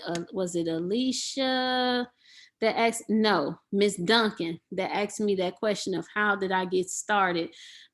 As far as how did I quit my job and go into this thing full time? I just stopped. Because when you start recognizing your goal and who and why and what and the reason behind it, and you start breaking that goal all the way down, you start to see that goal in reality before it even happens. You start really visualizing yourself doing what you want to do, or in that body you want to be, or in that house you want to be in, whatever it is you want. You start really, really, really seeing yourself in it to the point that it makes you sick. It was to the point I had a mini heart attack, actually, by the way. It's always something with me. I had a mini heart attack at my shift. I was working. That's when I started working on the clinical side, because I worked in all sides of the hospital.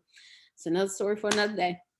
But I literally, there was this shift nurse, charge nurse, that she was the worst, and didn't nobody like her. And I knew how to blew her off, but it just got to the point because I knew what my goal was and what my target was. So I was always focused.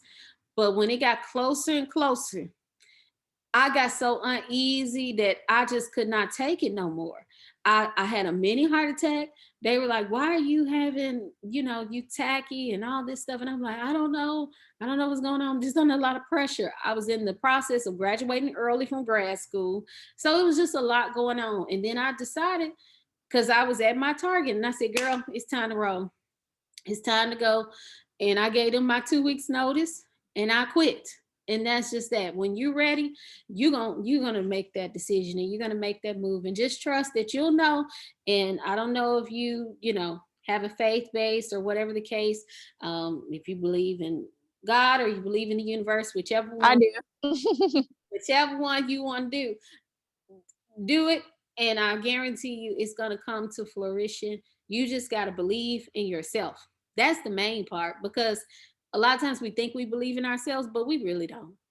We believe, but Right. we doubting because we scared, and we like, ooh, this could turn out one way or the other. And for me, it could have been just that black and white, one way or the other. You're gonna have it or you're not. And so it took a lot for me to walk out. I remember I told my mama I had walked out on another job, and she was like, "Are you crazy? Because I can't help you. So what's your plan? I'm trusting you. I know you gonna work it out, but okay, Bookie. Well, you just call me, let me know if you need to talk." And so, but I stepped out, and I went with my gut, and I sat at that kitchen table in my house and studied for my real estate exam. I passed my exam, and I knew I wanted to go with Berkshire Hathaway because I was obsessed with Warren Buffett. Went on to Berkshire Hathaway, and I was not welcome, to say the least. Quite often, I was welcomed by a few people, but not a lot. And because I was pretty much the only one that like me. But long story short, I made it happen because I knew no leads gonna be given to me, and nothing was gonna be done for me. So I knew I had got this far. I had been came from Memphis and came here to Atlanta. I was gonna keep it going. So that's how that happened, and that's how I move forward. But this time schedule, as far as, like I said, with that's the key to everything. And the main thing is controlling your mornings. I actually learned that from Gino Bafari. He's a great coach, real estate coach, but he also does a lot of, like, speaking like Tony Robinson type thing. But I listen to him as well, and I listen to a lot of affirmations on YouTube, free information. But they always talk about it's important how you control your mornings and how you start your day. And even as a kid, if you remember, they always say it's how you start your day breakfast and all that, and it's how you're going to have a successful day. It is really true. How you start your day is really how you're going to set the tone for the rest of it. There has been days where, like recently, somebody broke in a couple of my properties. I could have just been like gasping for air or whatever the case, but I was able to keep my stress levels at bay. One, because I had to, because I've been sick, but two, because how I've been starting my mornings. I've been starting my mornings trying to make sure I'm looking at not just Instagram, making sure that I'm looking at something inspirational, even if it's just looking at some designs, even if it's looking at some of my previous designs and looking at what I want to do moving forward. Reading my Bible, listening to different affirmations, looking at different quotes. I look at quotes a lot of times because it just pumps my spirit up. I go on Pinterest and I click different quotes and I be like, yeah, girl, this me, different things like that. But just setting the tone for my morning to relax and meditate. I use peppermint oil a lot of times. I put that on me in the mornings, or lavender. I have some lavender tea that I make fresh, and it just really sets the mood for the morning. And before everybody starts calling, because once people start calling my phone, I start developing anxiety if I didn't set my morning, because that means I know I don't have no more time for me the rest of the day.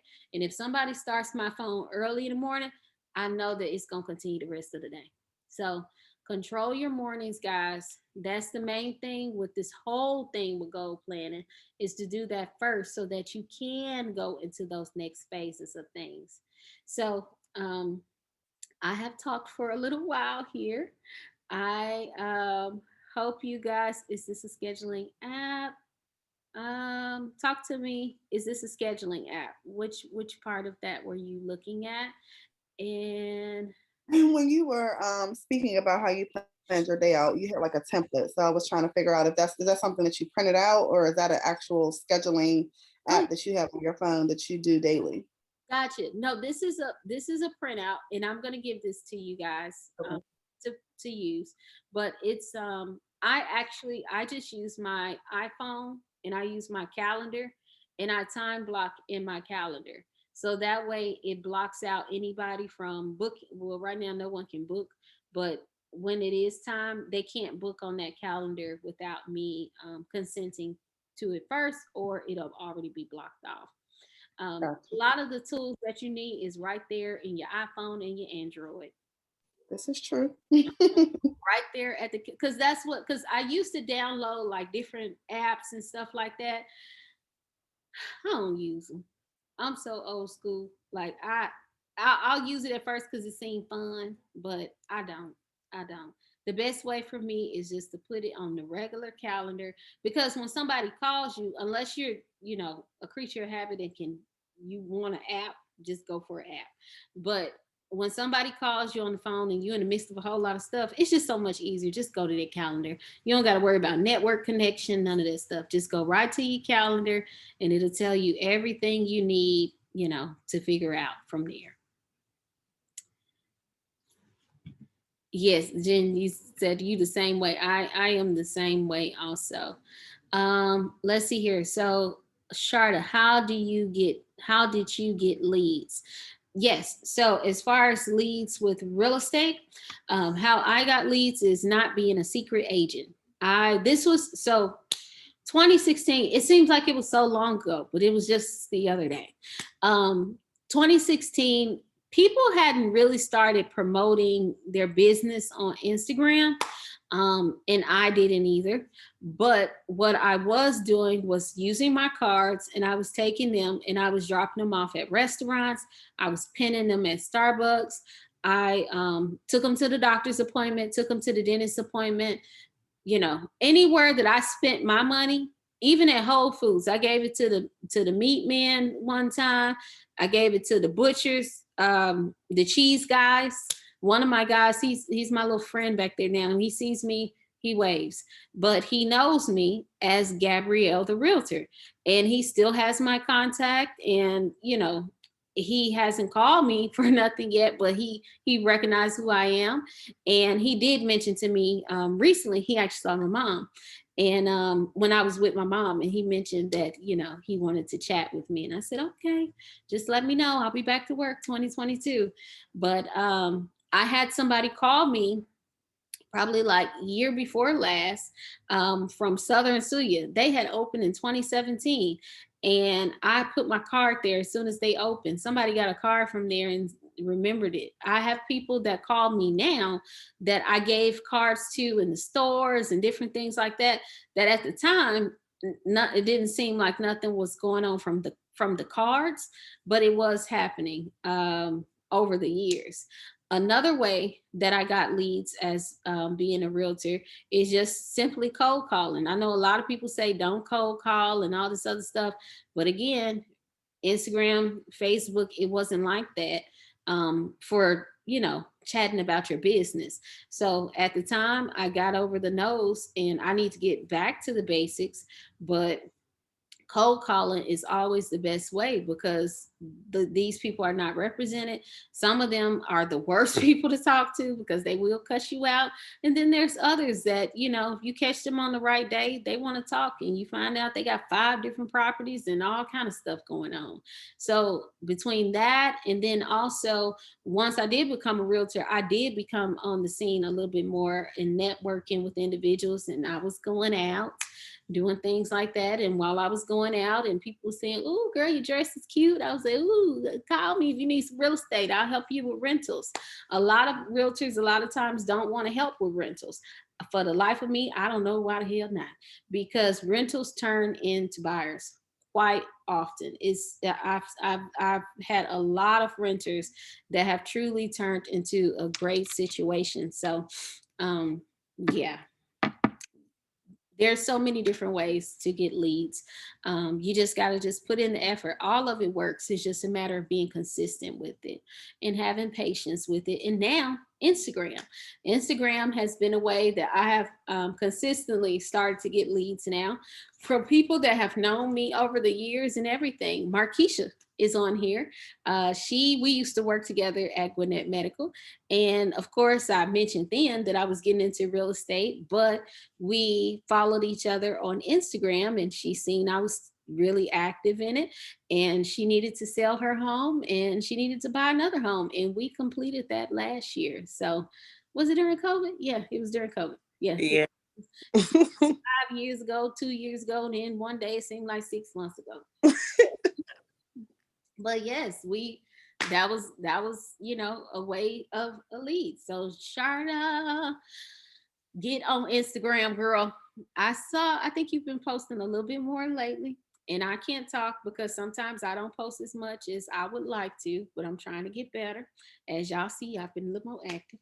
Now that I'm getting better, because the girl was on the downfall.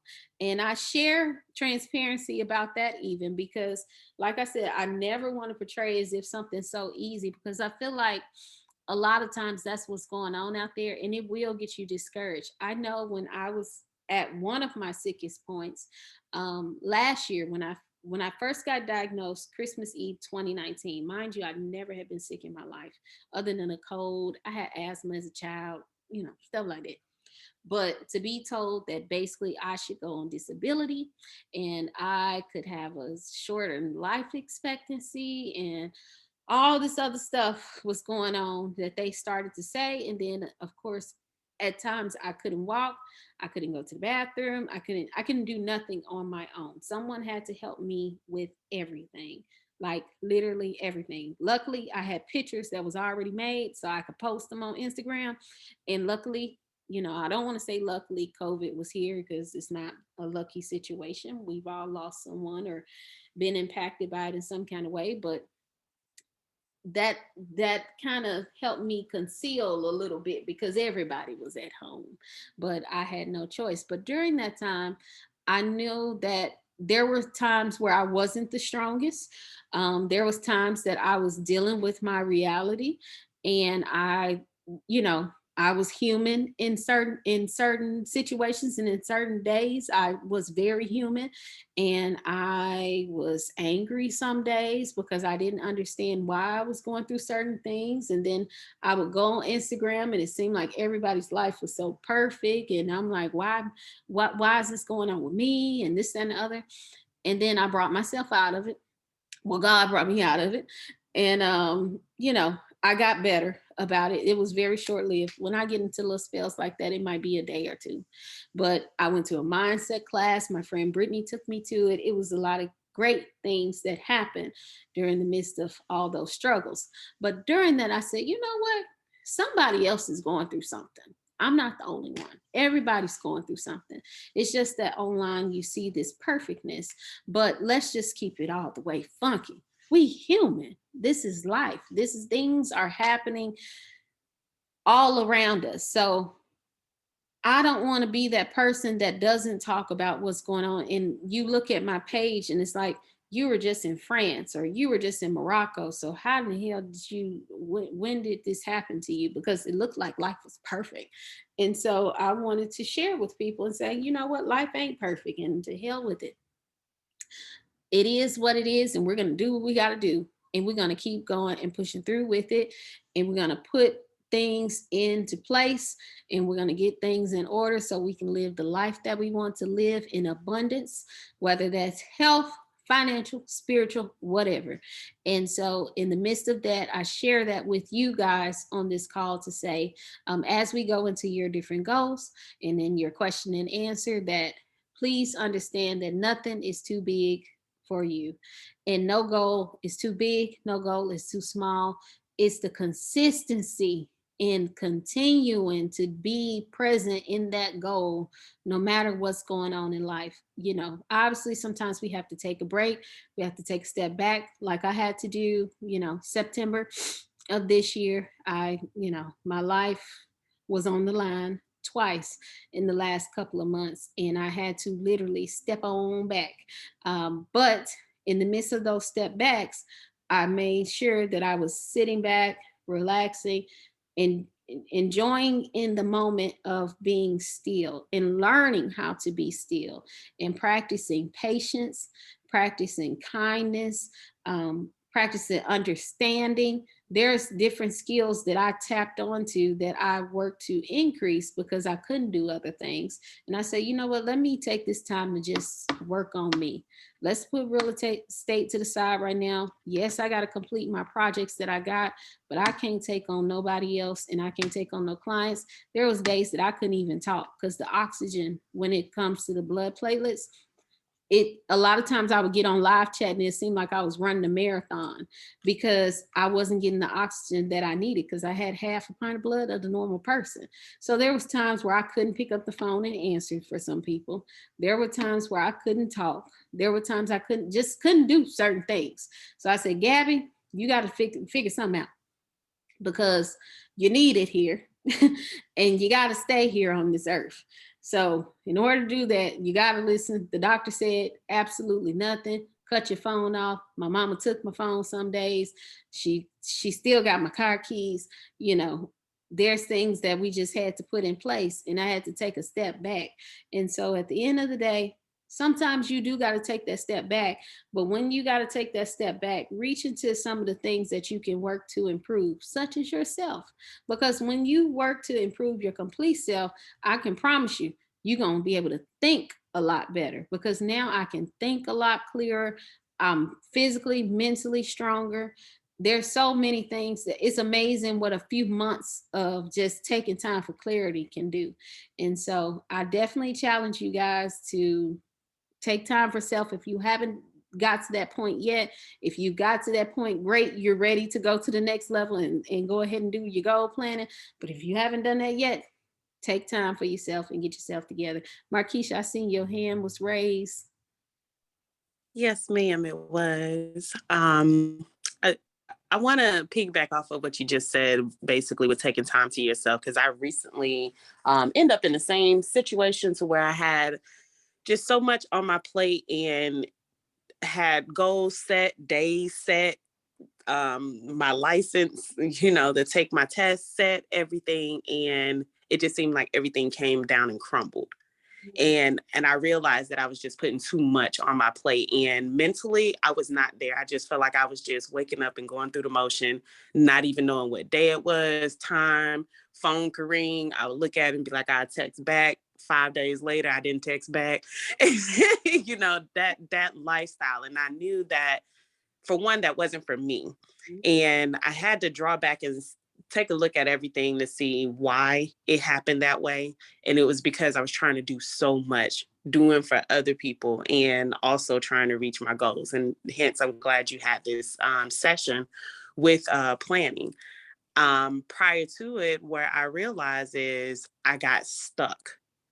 And when I got stuck, I just stayed at a certain area to where I'm like, you know what? I don't have the answer for this. I don't have the answer for this. I can't find the answer for this.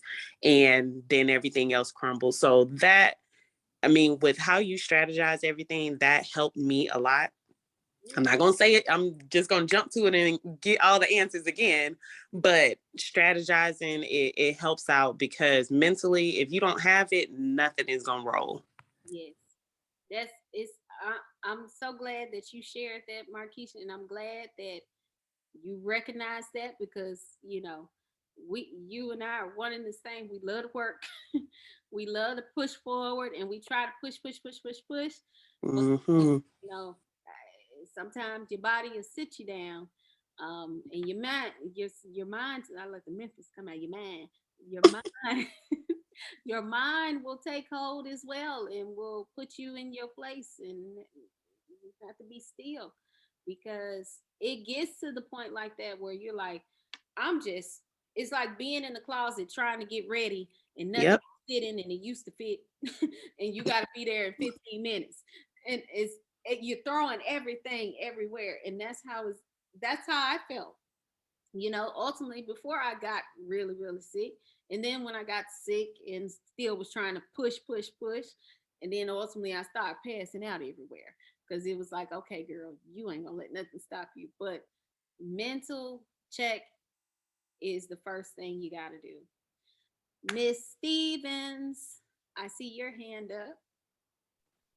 Hello. This is me from Memphis. Hey, How you doing? good, So, good. excuse me. 2 questions. Okay. Um, do you plan, I guess, like your posting and branding, photo shoots and things like that? Because that is one of my goals, that I'm focusing on, is branding and elevating in that realm. Branding. Do you plan your photo shoots for one particular day of content, or do you have, like, you get enough shots and outfits and locations to at least do a quarter? Because I want to do a photo shoot per quarter, but I don't want to, I guess, run out of content, things like that, because I understand on my Instagram, majority of my things that I post is personal or something to me. It's an uptick. I have a lot of engagement and things of that nature, a lot of more likes. Not that I do it for the likes, but just to kind of understand and figure out, okay, where my guests, where my learning my audience. Gotcha. And yeah, you do it for the likes, because you want the engagement, because whatever you're trying to, you know, do for your business or whatever the case. So I know what you mean by you ain't doing it for the likes, but yes, we all do it for the Right. likes. I'm doing it for the leads Yeah. that comes. Doing for the leads. So yes, I actually do. And tell me, what do you do? I'm a realtor. Okay, that's what I was gonna say. Realtor. Yes. Yes. So what I usually do, now I have a photographer on retainer with the Armani. Okay. So pretty much, if I or my agents, whatever the case, we want to do marketing, we have ability to go ahead and get it done.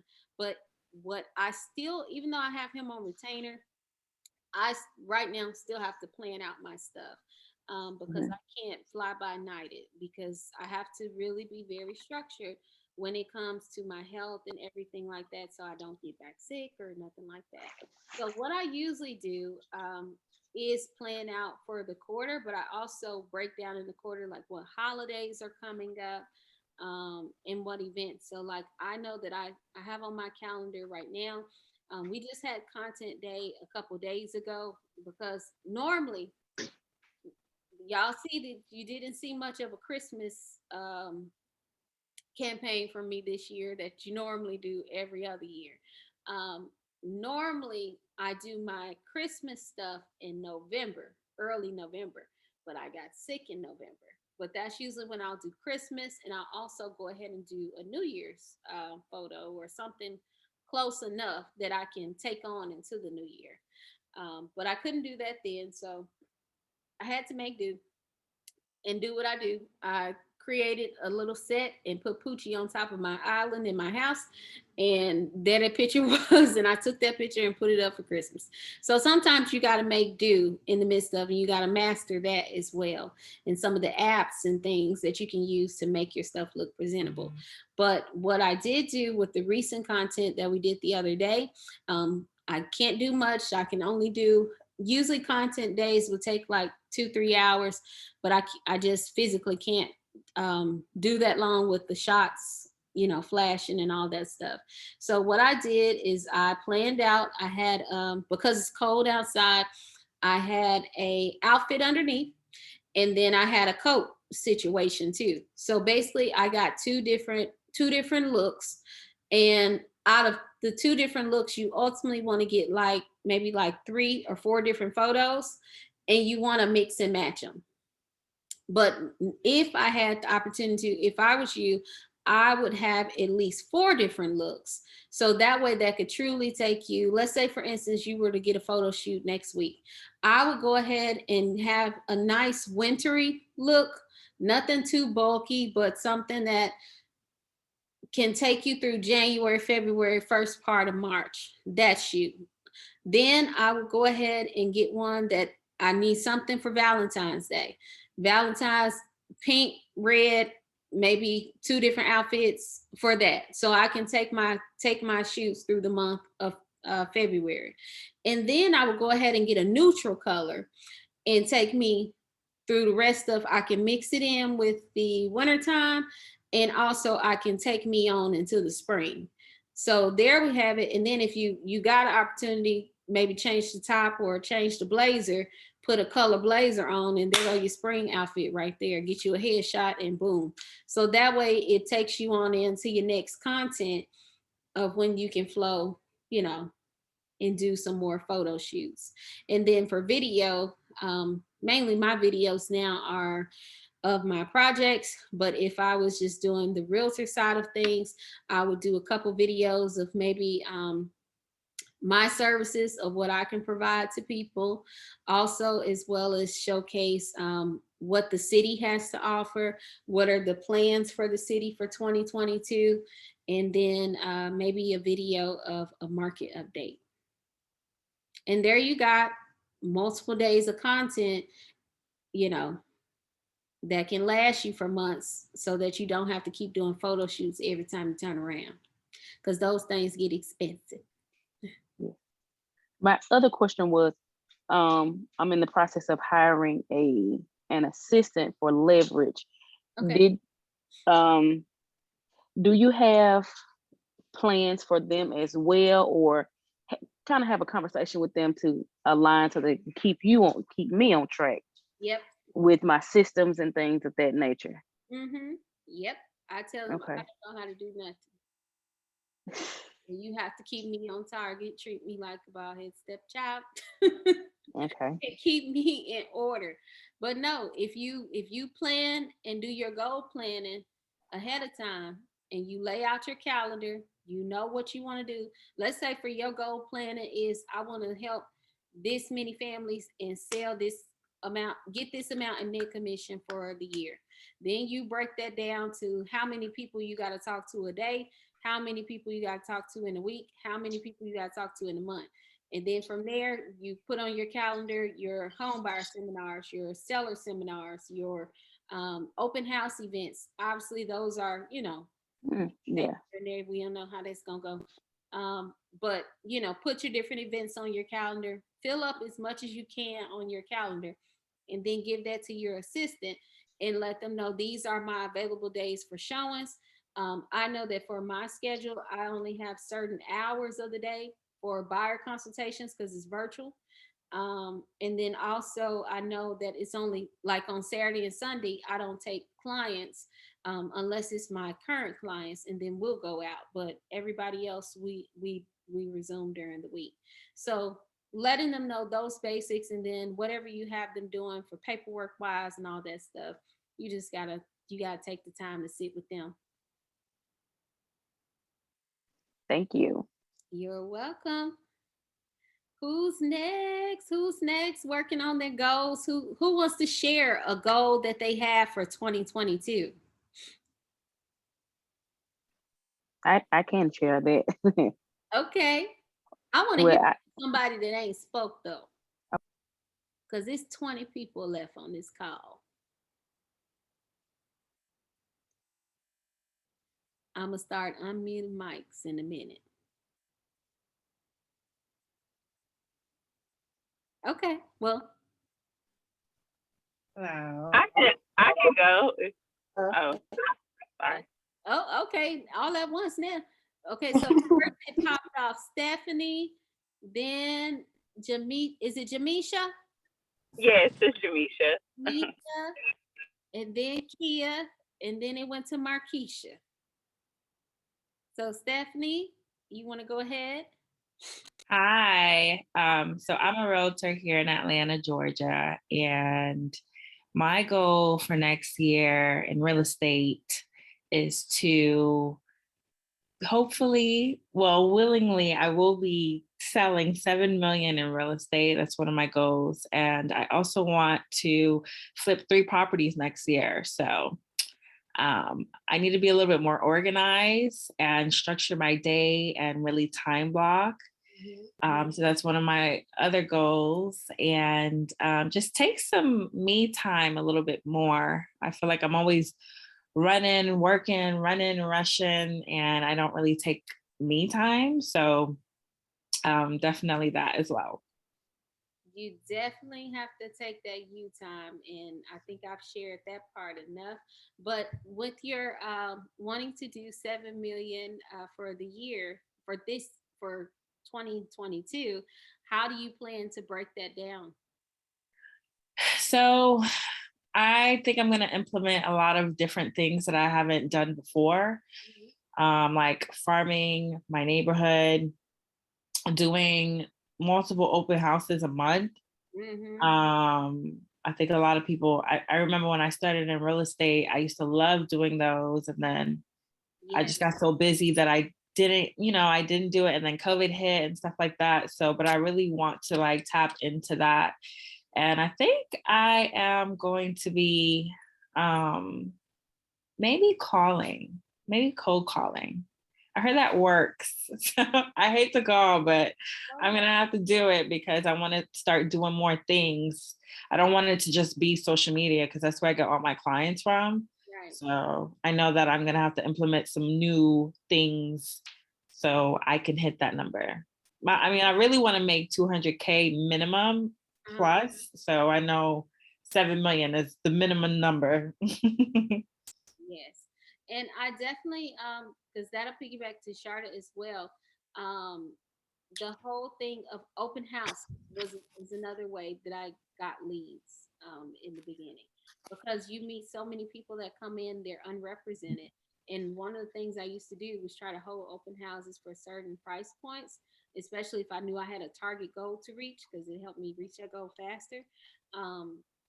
You would meet people that a lot of them are pre-qualified, or they're in the stage of getting pre-approved by a lender, and they don't have a realtor, and right there in their face. And what better time to say, I would love to interview to be your realtor, and I would like to do this for you, do this. You see how I got this laid out? You see how I showed you this house? We come on, what's your number? And I'll put their number in my phone, and we showing a house, and we buying houses. And so actually one of my agents, Takia, That's how she just got one of her buyers that's under contract right now.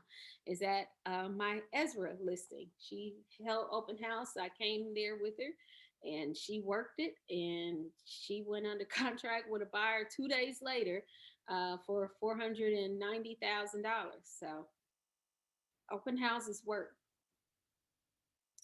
Okay. Jamisha, you want to go ahead and go? Yes, I'll go ahead and go. So, one of my goals is I, of course, would like to get more listings and buyer leads. I don't have any listings, but I did have my first closing this month. So I definitely want to get some more serious buyers. Mhm. So that those are some things that I want to do. And then I also want to utilize my license in North Carolina. I'm just trying to figure out how I'm going to do that because I do, of course, live in Atlanta. So I'm trying to kind of figure out what's the best approach, being that I'm, not always going to physically be in North Carolina, but also get clients in North Carolina as well. Well, So, the those. best way for that is, sorry to cut you off, but I want to make sure I. Oh, no, go ahead. Go ahead. That You is didn't. you're developing relationships through Instagram. It's I mean, Mm, guys, I can't tell you enough how easy it is and how it seemed like to me at first. I used to be like, oh, I'm not gonna reach out to somebody through Instagram. Like, you need to kind of know them. They might think I'm spamming, but no, it's setting the tone. You know how to people slide in people DMs. Well, that's how you slide right. in your DMs for your connections. You set a tone. You like some pictures here and there, and you respond to their stories, and you send comments, and then hey, girl, I noticed you're licensed in North Carolina, and I see you doing your thing up there. I would love to set a time to, and this is actually what I'm doing right now with a lot of real Mm, estate because 2022, one of my other goals is to continue to build my network. And so, right. um, hey, I noticed you doing your thing up there in North Carolina. We're like an hour or so away from each other. I would love for us to, if we can, set up maybe a Zoom. And I'm an agent here in Atlanta. Atlanta is fast growing. We have a lot of people moving back and forth because of business. So if you have the opportunity, I would love to connect. And what are they gonna say? Yes or no? They might Right. respond, they might not. And if they don't, then keep going to the next one. And whoever you feel like. A lot of times you can meet people online now. Sometimes online it ain't what it seems, but at least that's a start. And then a lot of times I'll look up their Zillow reviews, and that'll help me to decide on what agents to talk to or not. So Okay. that's it. Thank you so much. You're so welcome. Hey, Jasmine. I see you this last name on here. How are you? And then Kia, think you were next, Miss Coleman. Yes, hello. Okay, so my situation is a tad bit different from everyone else on the call. So I am not a real estate agent. However, I joined the call because my friend is a real estate agent and she invited me to the call. And we've been going through this whole goal planning thing for 2022.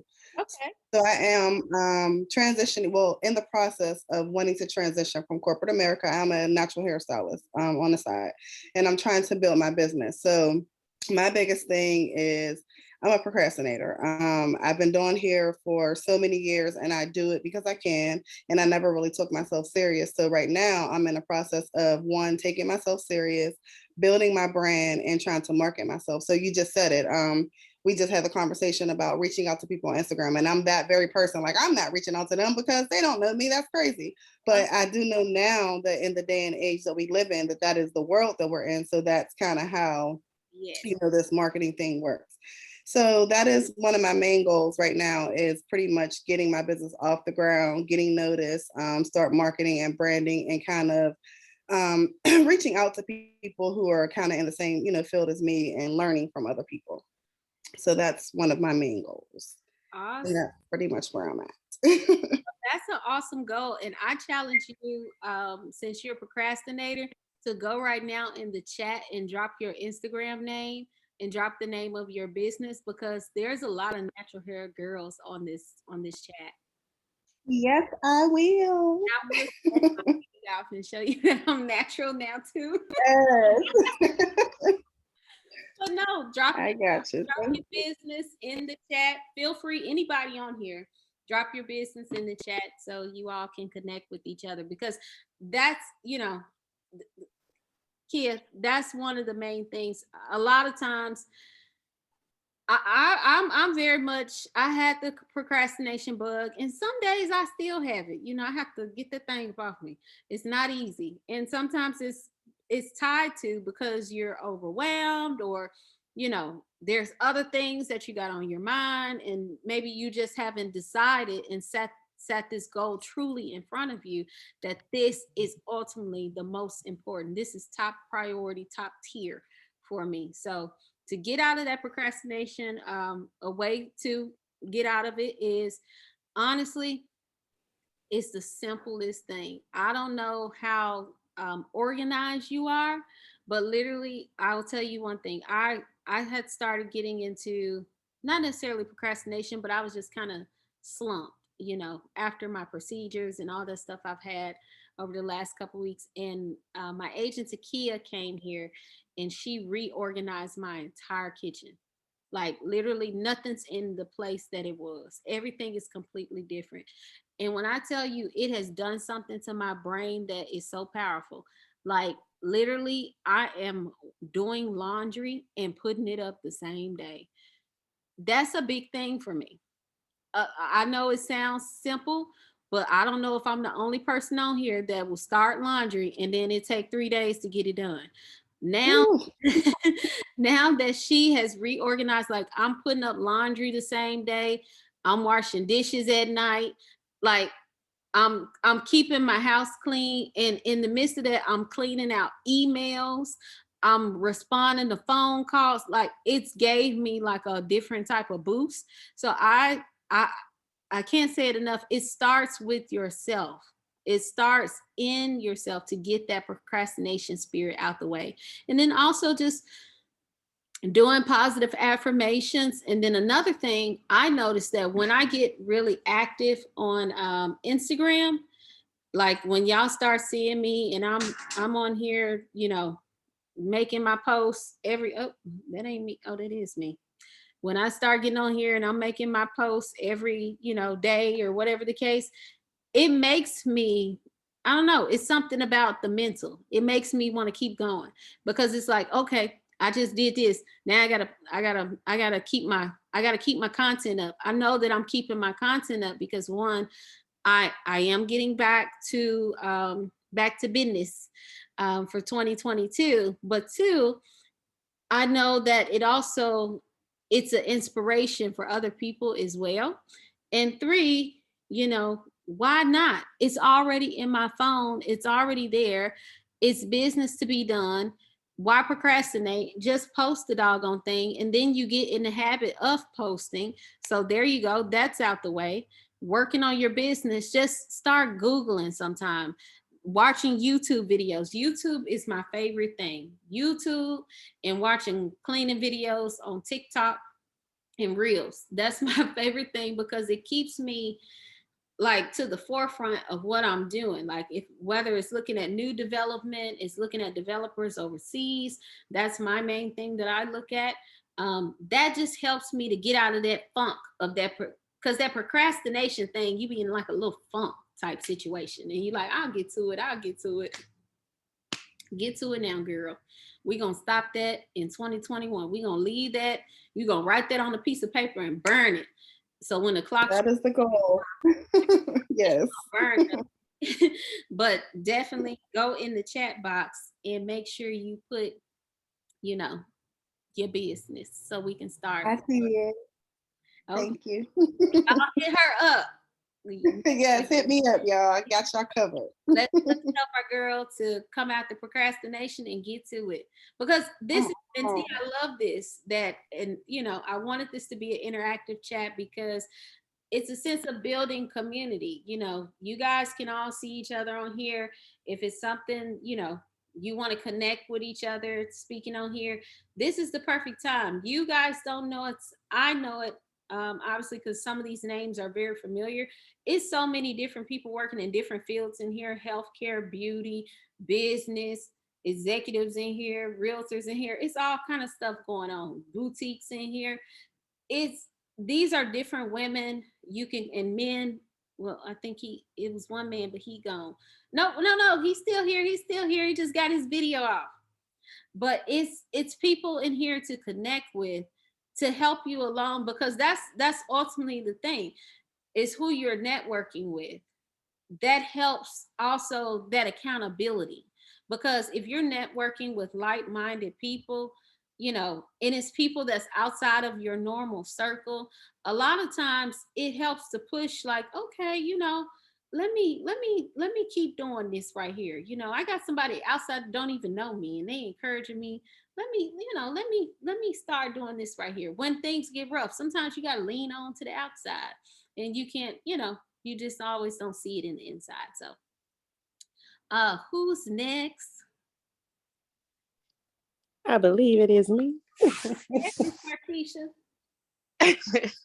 So I know I've probably been talking all night, but it's me again.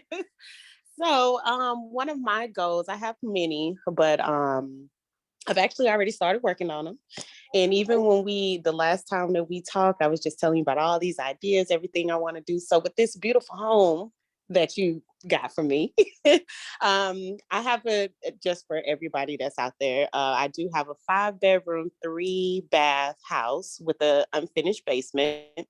I've stepped out of my comfort zone and got in touch with some contractors. So I plan on renting my basement out to travel healthcare workers. One of my main goals was creating passive income. I'm not a realtor. I don't know anything about real estate. Not to say that I would never get into that, but I just wanted to stick with something that I am a little more comfortable with, which is basically bringing my ideas to the table. So I bought planners. I bought 2 planners. I sat down and wrote out everything, almost similar to what you showed us tonight. Just a couple of things I need to adjust, but it was a phase where I got stuck, like I was saying earlier, with I'm blindsided to getting the idea of where things can go. And when it comes to, I mean, with it being unfinished, all I see is wood. You know, I don't have that eye, but I researched, I stepped out of my comfort zone, and I just prayed about it. I was like, Lord, this is not me. But what do I need to do? He guided me to Pinterest. He guided me to open up my mouth and come out of my comfort with asking. I don't like asking people or feel like I'm bothering people for stuff. Anywho, yes, so I have contractors. We're working on it, we're figuring out a plan of what to put down there. But now another thing is I've stepped out of my comfort zone with renting my available bedrooms to fund my basement to travel healthcare workers. Okay. Okay. So it's a work in progress. You know, I love that. House Yes. house hacking, house hacking. So okay.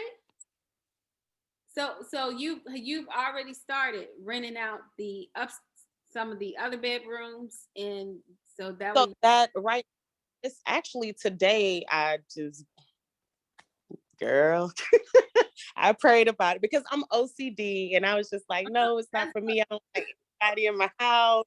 I don't think I can get away with this. But it was just like, look, open up your mouth and tell people if they're interested, this is what you want. This is how you live. If it's not fit for them, then you go from there. But you still, like, nothing comes easy. I know that. Rome wasn't built in one day. And in order for you to succeed and continue in life, God is going to take you out of your comfort. Amen. Then that's just in general. He's going to take you out of your comfort zone. And that's just showing that you got to step out on faith and believe that he got you when you do so. So I stepped out and I put my house on one site, and I got actually one person who worked with me at one hospital. He's interested. He was like, hey, I'm doing another travel assignment and He's going to rent one room out. So I still have another one available. And the site is sending me some hits too as well. So I'm just going to see where that goes from there. And then we can try to get started on the basement. But I'm girl that design and stuff. I might have to hit you up on that one because I'm still struggling. Pinterest got me far. I'm but back in 2022, so you can call me. I got you. I got you. I'm glad to hear that, and I definitely so one of my friend girls, my other friend girl, I put her in a house this June, and she's renting out her other bedroom and house hacking right now. So if you want, I can put you two in connection with each other, because she has a YouTube where she talks about it as well.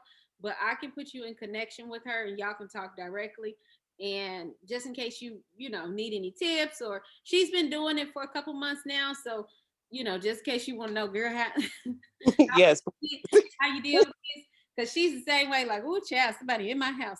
But it's been working for her because she doesn't have to pay her mortgage like Right. I'm trying to live rent free. Like, and that also, of course, with doing that, baby planning too. So I'm like, I did all of this stuff. I want to sit down and have time for myself, plan for a family, but bills and working full time and all that ain't where it's at. It's not where it's at. I'm trying to work smart, not hard.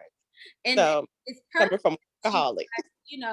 The good thing is you got the sites with the and I'm gonna have to hit you on that because I hit one and I'm not getting hits on it, so I need another one. But yeah, the good thing is you got a site that's working for you, and somebody that you've worked with before, that so you can feel a little more comfortable. And it's not having a tenant, so it's not like you're a full lease. So if you don't like it, you can say this ain't working and you check out tomorrow, and that's it. And so that's the good thing. And I think with you being in healthcare and that whole thing, I like that. I like that home girl, so we can connect on that. I appreciate that. Yes. So yeah, I'll text you, and or text me now, and that way when I get off of here, I can link you and Jen, and then I can ask you some questions. You can ask me some questions. Okay. So that is awesome, Markeisha. Let's see what's in the chat. Yep, Gary, Keisha, the site she used to get the tenants. Yes. Okay, so yeah, Markeisha, everybody wants to know the sites, because that's another thing. So you guys know me for doing flips, but also Airbnbs is my thing as well. So that is definitely I love hearing the whole house hacking thing. I do encourage it when you can, because even if you're renting a place, you can always rent out the other room. Just got to be careful with your lease agreement and all that stuff. But there's so many ways to make spare change and spare income, even if you don't lease it for Airbnb, because a lot of the apartments and things, they say you can't do Airbnb. What you can do is start doing content spaces and put it on places like Peerspace, because on there people rent it out by the day, or by the couple hours. Peerspace is something that I'm redoing one of the rooms in one of my Airbnbs that's a house, and I'm going to be testing that out, and I'm going to be broadcasting that a lot more. So yeah, you can make income pretty much any kind of way these days on the internet. And Diana, go ahead. I see your hand up. Okay, I had to get myself off mute. Hey, girl, hey. Hey, girl, hey. All right, so I wanted to share one of my goals. I know, you and I have been chit-chatting back and forth. So definitely got to complete the goal that we started in 2020. Yes, ma'am. We went way, way, way back. Life has happened to both of us, all 2021. So it is now time out. Life is leveling out, because life has really been lifing this year. And lifing. Yes. So it is time. So I am ready. That is on the very tippity top of my goals for 2022, is to complete what you and I started. Very passionate about it, like I told you before.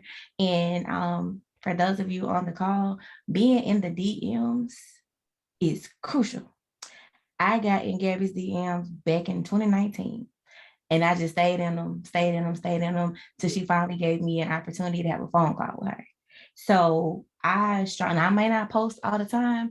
I'm gonna drop my Instagram page in the chat and you guys can hold me accountable because I'm not a poster like that. I need to be, but I'm not. I have gotten spoiled. I'm a real estate agent and all of my clients have come from referrals. So I need to go out here and use these free social media platforms, these free marketing platforms. Everything that you guys have shared thus far on this call has been great. I feel like, you know how sometimes you're that one person in the church and you feel like the pastor is speaking directly to you? Yes. I feel like that right now in this moment because yes, everything that everyone has said has touched a piece of where I am lacking or something that I have on my goal list for 2022. And taking time for yourself is super, super, super crucial. When you don't stop for yourself, God will stop you. And I learned that this year in 2021. So of course, hindsight is everything. So I'm ready to push forward. My goals for 2022, like I said, to complete what you and I started, and then just continue on my path of greatness. Because I mean, being a top producer is great, but once you've done it, then what? It's more about helping people and the passion behind putting good people in good properties than it is the money. Like you want to get paid, of course, because we got to live. But I actually have a passion for it, being able to extend that to others and being able to help people. I want to touch each and every person. Like I want all my friends to win too. So I want to continuously fill up other people's cup so they can continue winning. Because I know it's hard. It's not an easy thing. And sometimes you can get defeated. You can feel stuck. You can have that spirit of procrastination because everything is overwhelming and it's all at one time. So I wanted to, because I know you are super structured. So that was my purpose for coming because I was like, oh, this girl got it down to the minute. Because I'd be like, hey, Gabby, can we chat? You'd be like, yeah, it could be Monday. We can chat on Thursday at 2:15. I'm like, dang, this girl got it down to the minute. So I was like, I need to do that because a lot of times, yeah, everybody got the same 24 hours, but if you don't structure it or plan it out properly, you'll find yourself wasting more time and being unproductive. And at the end of the week, you're trying to figure out where your time went. Yeah. Oof. Say it again. And so that's something that I feel if I could get the time management piece and start to make things a little bit easier, a little bit more smooth, things can go a lot better. You can take on more clients when you got process, when you have the proper processes in place. So that's why I'm here. That's my biggest goal. Everything else, God has a way of showing you what you need to do and what you don't need to do. And so my eyes are open, glasses on, I can see clear. I'm ready. Ready to go. Ready to go. Well, I'm ready. I'm ready for you. So Hey. we will be chatting. We already text. Yes. Everything, and that is being released as soon as I get my pictures back, which should be tomorrow. So all right, sounds good to me. Make sure you in the loop about that. So okay, I'm proud of you, girl. You stuck through everything you've been going through, and here we go. 2020. Yep, here we go. We both made it. It sounds like some other people on this call had a similar situation, and we've all pulled through. So even if you don't want to, give yourself the accolade, don't wait for somebody else to do it. If you made it, give it to yourself and keep pushing. Yep. Pat yourself on the back. All of y'all pat yourself on the back because even if you didn't go through nothing too crazy, you still had to go through 2021. Now we got a Marion on the loose. So pat yourself on the back that you're still here and you're still sane and you got enough, momentum to even come into this free virtual event because it's still taking time out your day. But you are committed so far already to changing your ways or doing something to make something better. So kudos to all of us on here. Okay, so let's see here who was next. And let me go to the chat box. Thank you for this, Gabby. You are welcome, Jennifer. I think she's gone by now. Do we have any question and answers? Any questions that I can answer at this time? Anyone's?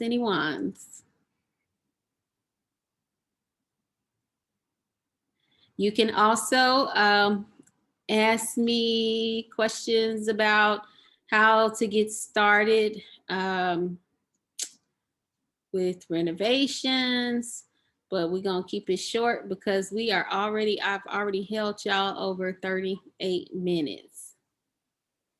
Hey girl, this is Jasmine. Hey Jasmine, how are you? Hello, doing good. Listen, I'm gonna make this really quick because the kids are in the background. That's why I wasn't able to pop on a little earlier. But ignore the children in the background.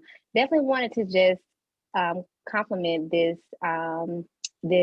session because it just changed your mindset or changed my mindset. One thing I definitely gathered from the session was planning time for myself. And while we know that, do we do it? And a lot of times with juggling husband, children, friends, family, all these things, we don't really take that time to ourselves. And so I really am going to strive to do that for sure in 2022. We'll start now, tomorrow. I'm gonna get up early and start, tomorrow. The next thing I wanted to just compliment you on just showing us how to structure our goals. And that's one of the things I was struggling with. I have these goals, I have these big plans and everything for 2022, but it was just kind of structuring them, and so I really appreciating and took that portion of the class from the moment you put in that diagram of the SMART, and that there, just looking at it, just made it so much clearer to me. And so definitely going to utilize that as well. So I just wanted to kind of throw in those 2 cents while I had a brief moment of quietness to tell you that. So great job. It's been an awesome class, and thank you for giving us the information. Thank you for joining, and I appreciate that feedback because I'm trying to get something out of this. So I'm glad that it works for you, and definitely use that smart map because it really does work. I cannot tell y'all how those diagrams that I have in here, and like I said, I'm going to share it with you. This is recorded. I think I'll have all your emails and stuff from here. And if you want, you can drop it in the chat, but I am going to send you guys the PDF copy of this so you can have it.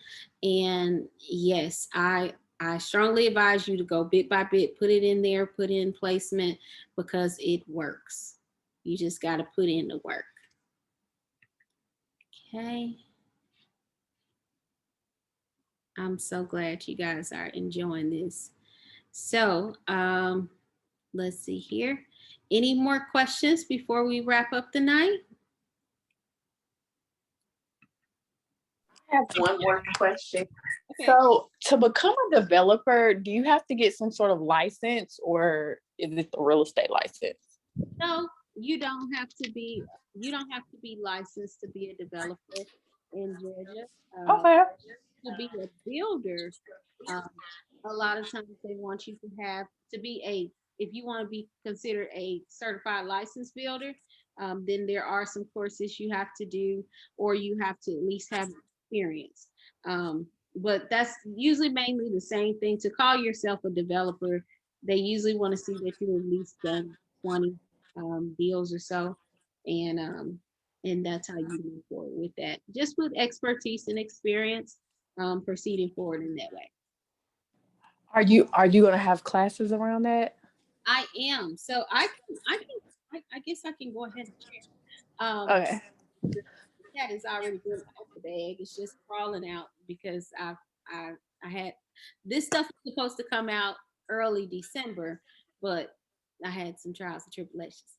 But nevertheless, I am having an investor. There's 2 courses that are dropping. One is an investor course where it focuses on fix and flips, buy and holds, Airbnbs. Airbnbs mean short-term rentals as a whole.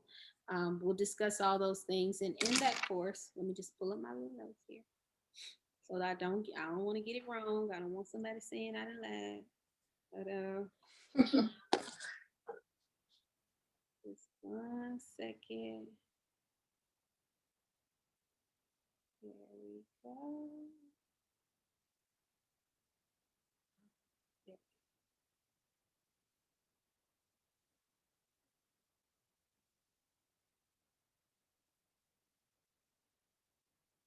Okay, here we go. So yes, the investor course, it is a 4-week course. In that membership, in that 4 weeks, you basically, it's a group setting. It's once a week that we meet and we discuss everything in regards to, I take you through a list of modules of the fix and flip, getting hard money, whether you're using a regular private loan, if you're using credit cards, whatever the case, how to get your financing, everything is discussed with the fix and flips. Airbnbs, I take you through start to finish of how I got my Airbnbs and how I maintain my status with my Airbnbs, all that good stuff. Buy and hold, how to buy it, renovate it, refinance it, and rent it out. We go into that strategy of how you can get the cash back and still keep the property so that you can maintain passive income, but you can get a bulk of it up front. Hello. And then also, let's see, fix and flip, Airbnbs, buy and hold. And then what was the other one I said? Y'all, I go to sleep at 9:30 every night. But new construction. If we want to discuss new construction, I can take you through the phase because I've completed some new construction projects. I can take you through the phase of how to get your funding for new construction, how construction to perm loans, all of that good stuff. In these chats, weekly chats, there's also going to be special guests that come in. So it might be a lender, it might be a contractor, finance advisor, insurance agent. I'm having all of those people on the chat, but then also some people will actually be speaking on the call, and it'll be like a 2-hour call similar to this. If you want to take longer time, we have a little more time, but it is a group setting. And then also there is a private Facebook group as well that is private membership access for 1 year. And in that group, you can obviously mix and mingle with other individuals that's in the course, as well as some of my preferred vendors. They're in that group as well. So that way, if you need contractors, you won't have my contractors. I'm telling you that right now, because they have my projects, but you'll have an opportunity to mix and mingle with other contractors that maybe I've had, referrals from or whatever the case. And I'm sharing them with everyone that is a part of my group. That is a part of the membership, because with the membership, you get free access to the private Facebook group. And then also there is opportunity that in that private group, I drop in and I do lives at the properties that's exclusive to that you don't see. You don't see all the behind the scenes on obviously regular Instagram. And I'll drop in and I'll show you the different numbers and all this different stuff, or how I'm doing certain projects. And then long as you 6 feet, I guess, and got a mask on and Omari Cron calm down or whatever the case, you guys have the opportunity to come on site and actually meet me on site at my project so we can do a walkthrough and I can show you, hands-on what to look for at some of these properties. Not the cute stuff, the ugly stuff. I want you to see how it looks from the toe up to the flow up. And then another thing, there is, after the 4-week session, there is a in-person for us to come in, and we have lunch, and we also, it's like a lunch and learn, and I talk to you completely, and I block out 8 hours of that day. And so that if you want to take time, something dropped on me. If you guys want to take time and sit and do some one-on-one quickly, we can do that. And there is also, so there's a lot of things that comes inside of this. You also get a one-on-one call weekly from me that lasts at least 20 to 30 minutes. So just in case you want to do a check-in or whatever the case. And then of course, after that, you always have access to me, because once you're a member, you're always a member, but the course is only 4 weeks. But you can always reach out to me. And with that, it is $18.99.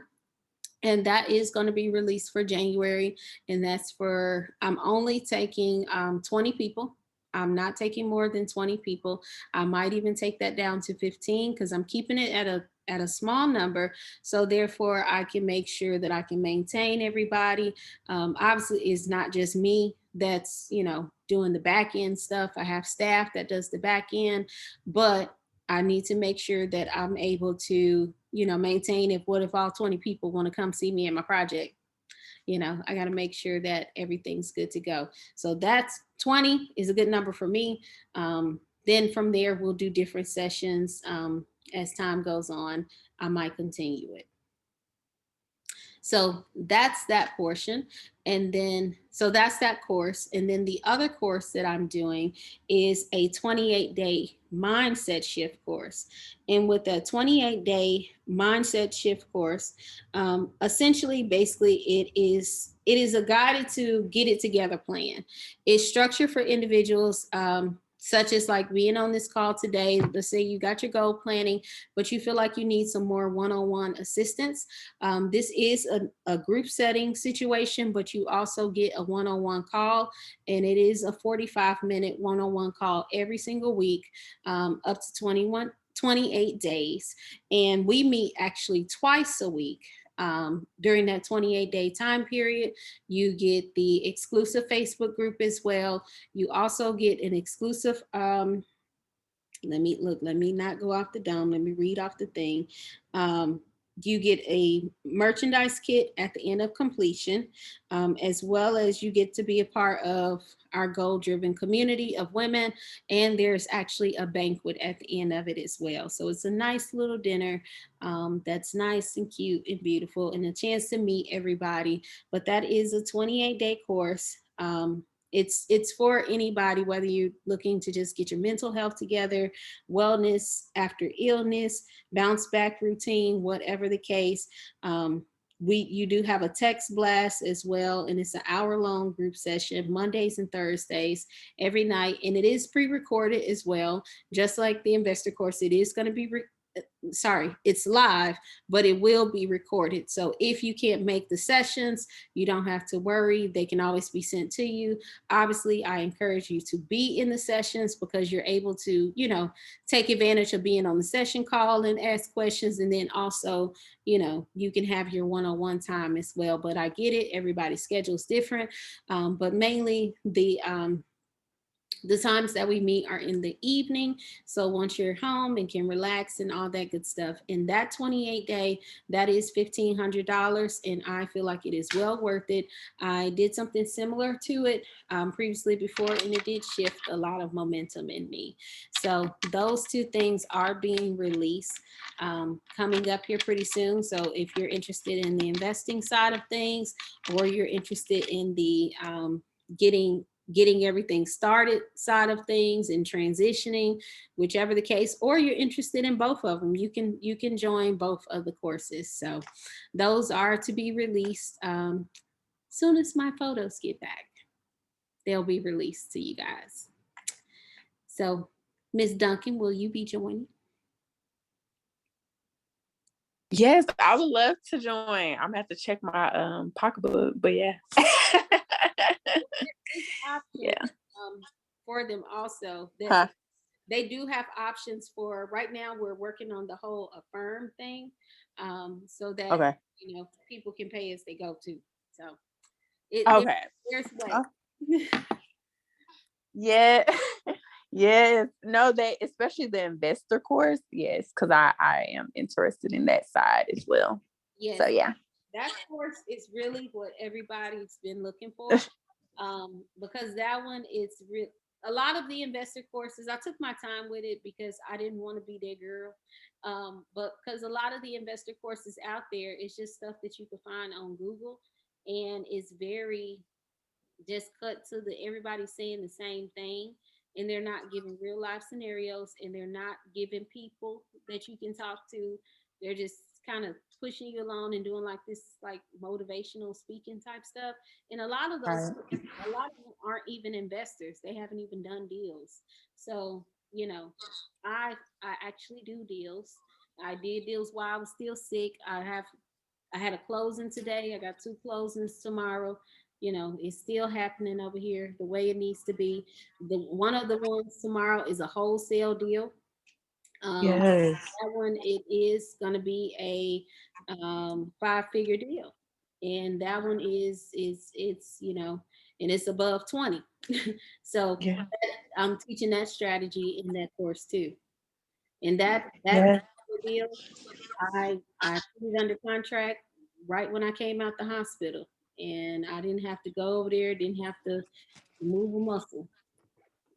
Yes. And so you don't use your funds all the time. You use Oh no, other funds. not all the time. Not all Okay. the time. Yeah, because I just got started in real estate, so and I only had one deal, so I was like, I got So, it. so there's many different options of funding Okay. that you can utilize. You have power money, and then you have private lending. And so lending, I'm gonna teach you guys strategy of how to extract from individuals that you know that have funds, that got money, you know, because that's how my private lending is, people that I know that have money, and I told them this is the percentage rate that you return you can get on your investment, and this is more than you can get back from the bank. It's more than you can get back from the stock market, and this is the deal, and this is the terms, and this is how it's going to be done, and this is my track record of this, and this is where you're going to sign. There's so many different ways to do it, but I break it all the way down in the class. So fear not. And then, of course, that's private. And some might say that they don't know somebody with funds. Everybody knows somebody with funds. They on Instagram. Instagram. There's still ways to connect with people. You'll be surprised of who's willing to take a risk. So it's just a matter of you building those connections, knowing which way to go, how to go. When I started out, I didn't have much at all. And like I said, when I started out, my first property was the property that I laid my head in. And I did some renovations to it, and then I sold it for double. So, and with that house, I had to put down payment, and my down payment was like $5,000 because it was like an $80,000 house, because it was that time of the year when everything had turned around. And then I sold it. So there's many different ways to do these things. It's just a matter of you gotta you gotta crawl before you walk. And luckily for you guys, there's courses available of somebody to walk. I wish I had somebody to hold my hand and walk me through. I would have, I would have learned. I would have had more houses than I got now. I tell you that. So putting that effort in and making sure you look at what it is that you're committed to. And no matter if you're here in Atlanta, if you're in Memphis, if you're in the UK, these courses you can, get into, because even like in the UK, I have connections over there. I just got to get back. UK was my second home. Everybody that knows me know. I just got to get all the way back ready and get on the plane and do that travel so I can get to my god babies over there. But before things went rocky with COVID, I actually was in the process of doing a couple deals over there, with some flips, because I have some connections over there, some of my people. And so, yeah, I got to get back over there because the Armani agency is going over there. That's an inside scoop to you guys. But it's happening. It's happening. It's happening. Will you be hiring new agents soon or no? I am only hiring experienced agents at this time. We just put up Okay. a flyer in our story on the Armani agency page yesterday. But yes, at this time, only experienced agents. And then, Okay. but the experienced agents, they will have the opportunity, if they want to bring on someone new, they can. But Like a team. They can. Oh, okay. Yay. There'll be Okay. new agents at some point later in the year, but for right Okay. now, just experienced agents just because of the amount of attention that I give the agents. Right. I have to make sure that it's a certain You can be able to do that. Yeah. No, that makes complete sense. because I'm a different type of broker. I am very hands on. They nerves and they get on by, but we love each other and we take care of each other at the Armani agency. And I try to make sure that everybody is just all the way taken care of. If you're under me, you're gonna be straight. That's Yes. Oh, okay. Thank you. you're But I so look forward to the courses. yes, me too. Definitely. If you haven't dropped your instas in here, guys, make sure you do. Okay, let me read some chats before y'all get out of here. Okay. Oh, y'all got some good stuff in here. This has been great. You're welcome, Malik. I love the diagrams. Definitely something I want to implement with my goal planning. Okay, Portia. Hey. I'm so grateful for this course going into the new year. Whoop whoop, Chloe. Yes, ma'am. Diana, yes, ma'am. All the success to you too. Zarita, I really appreciate this session. It really changed my mindset of a lot of things I'm trying to accomplish in 2022. Thanks for everything. You know I got you, girl. Thank you for joining. And I hope you get to join my investor course as well, because I know that's on your list too. So definitely. Yes, funding, Markeisha. Yep. Yes, ma'am. I got you. Thank you so much, Gabrielle. Good night. Well done, period. Thank you. I'm proud. I love y'all. I'm so thankful once again for all of y'all sticking with me and being on this call. I am glad that we did this. I hope we all keep in good contact with each other. This has been marvelous. And I wish you all the best in 2022. I can't wait to check back in with you guys. Maybe we'll do like a 6-month check in. And if you do want some one-on-one assistance, reach out. Like I said, the course is going up and I would love to work with you. So y'all stay blessed out there. Stay safe, mask up, clean up, all that good stuff, and get prepared because the new year is a couple days away. Bye-bye. Yep. Good night. Bye. Thanks, Thank guys. you. Good night. Good night. All righty.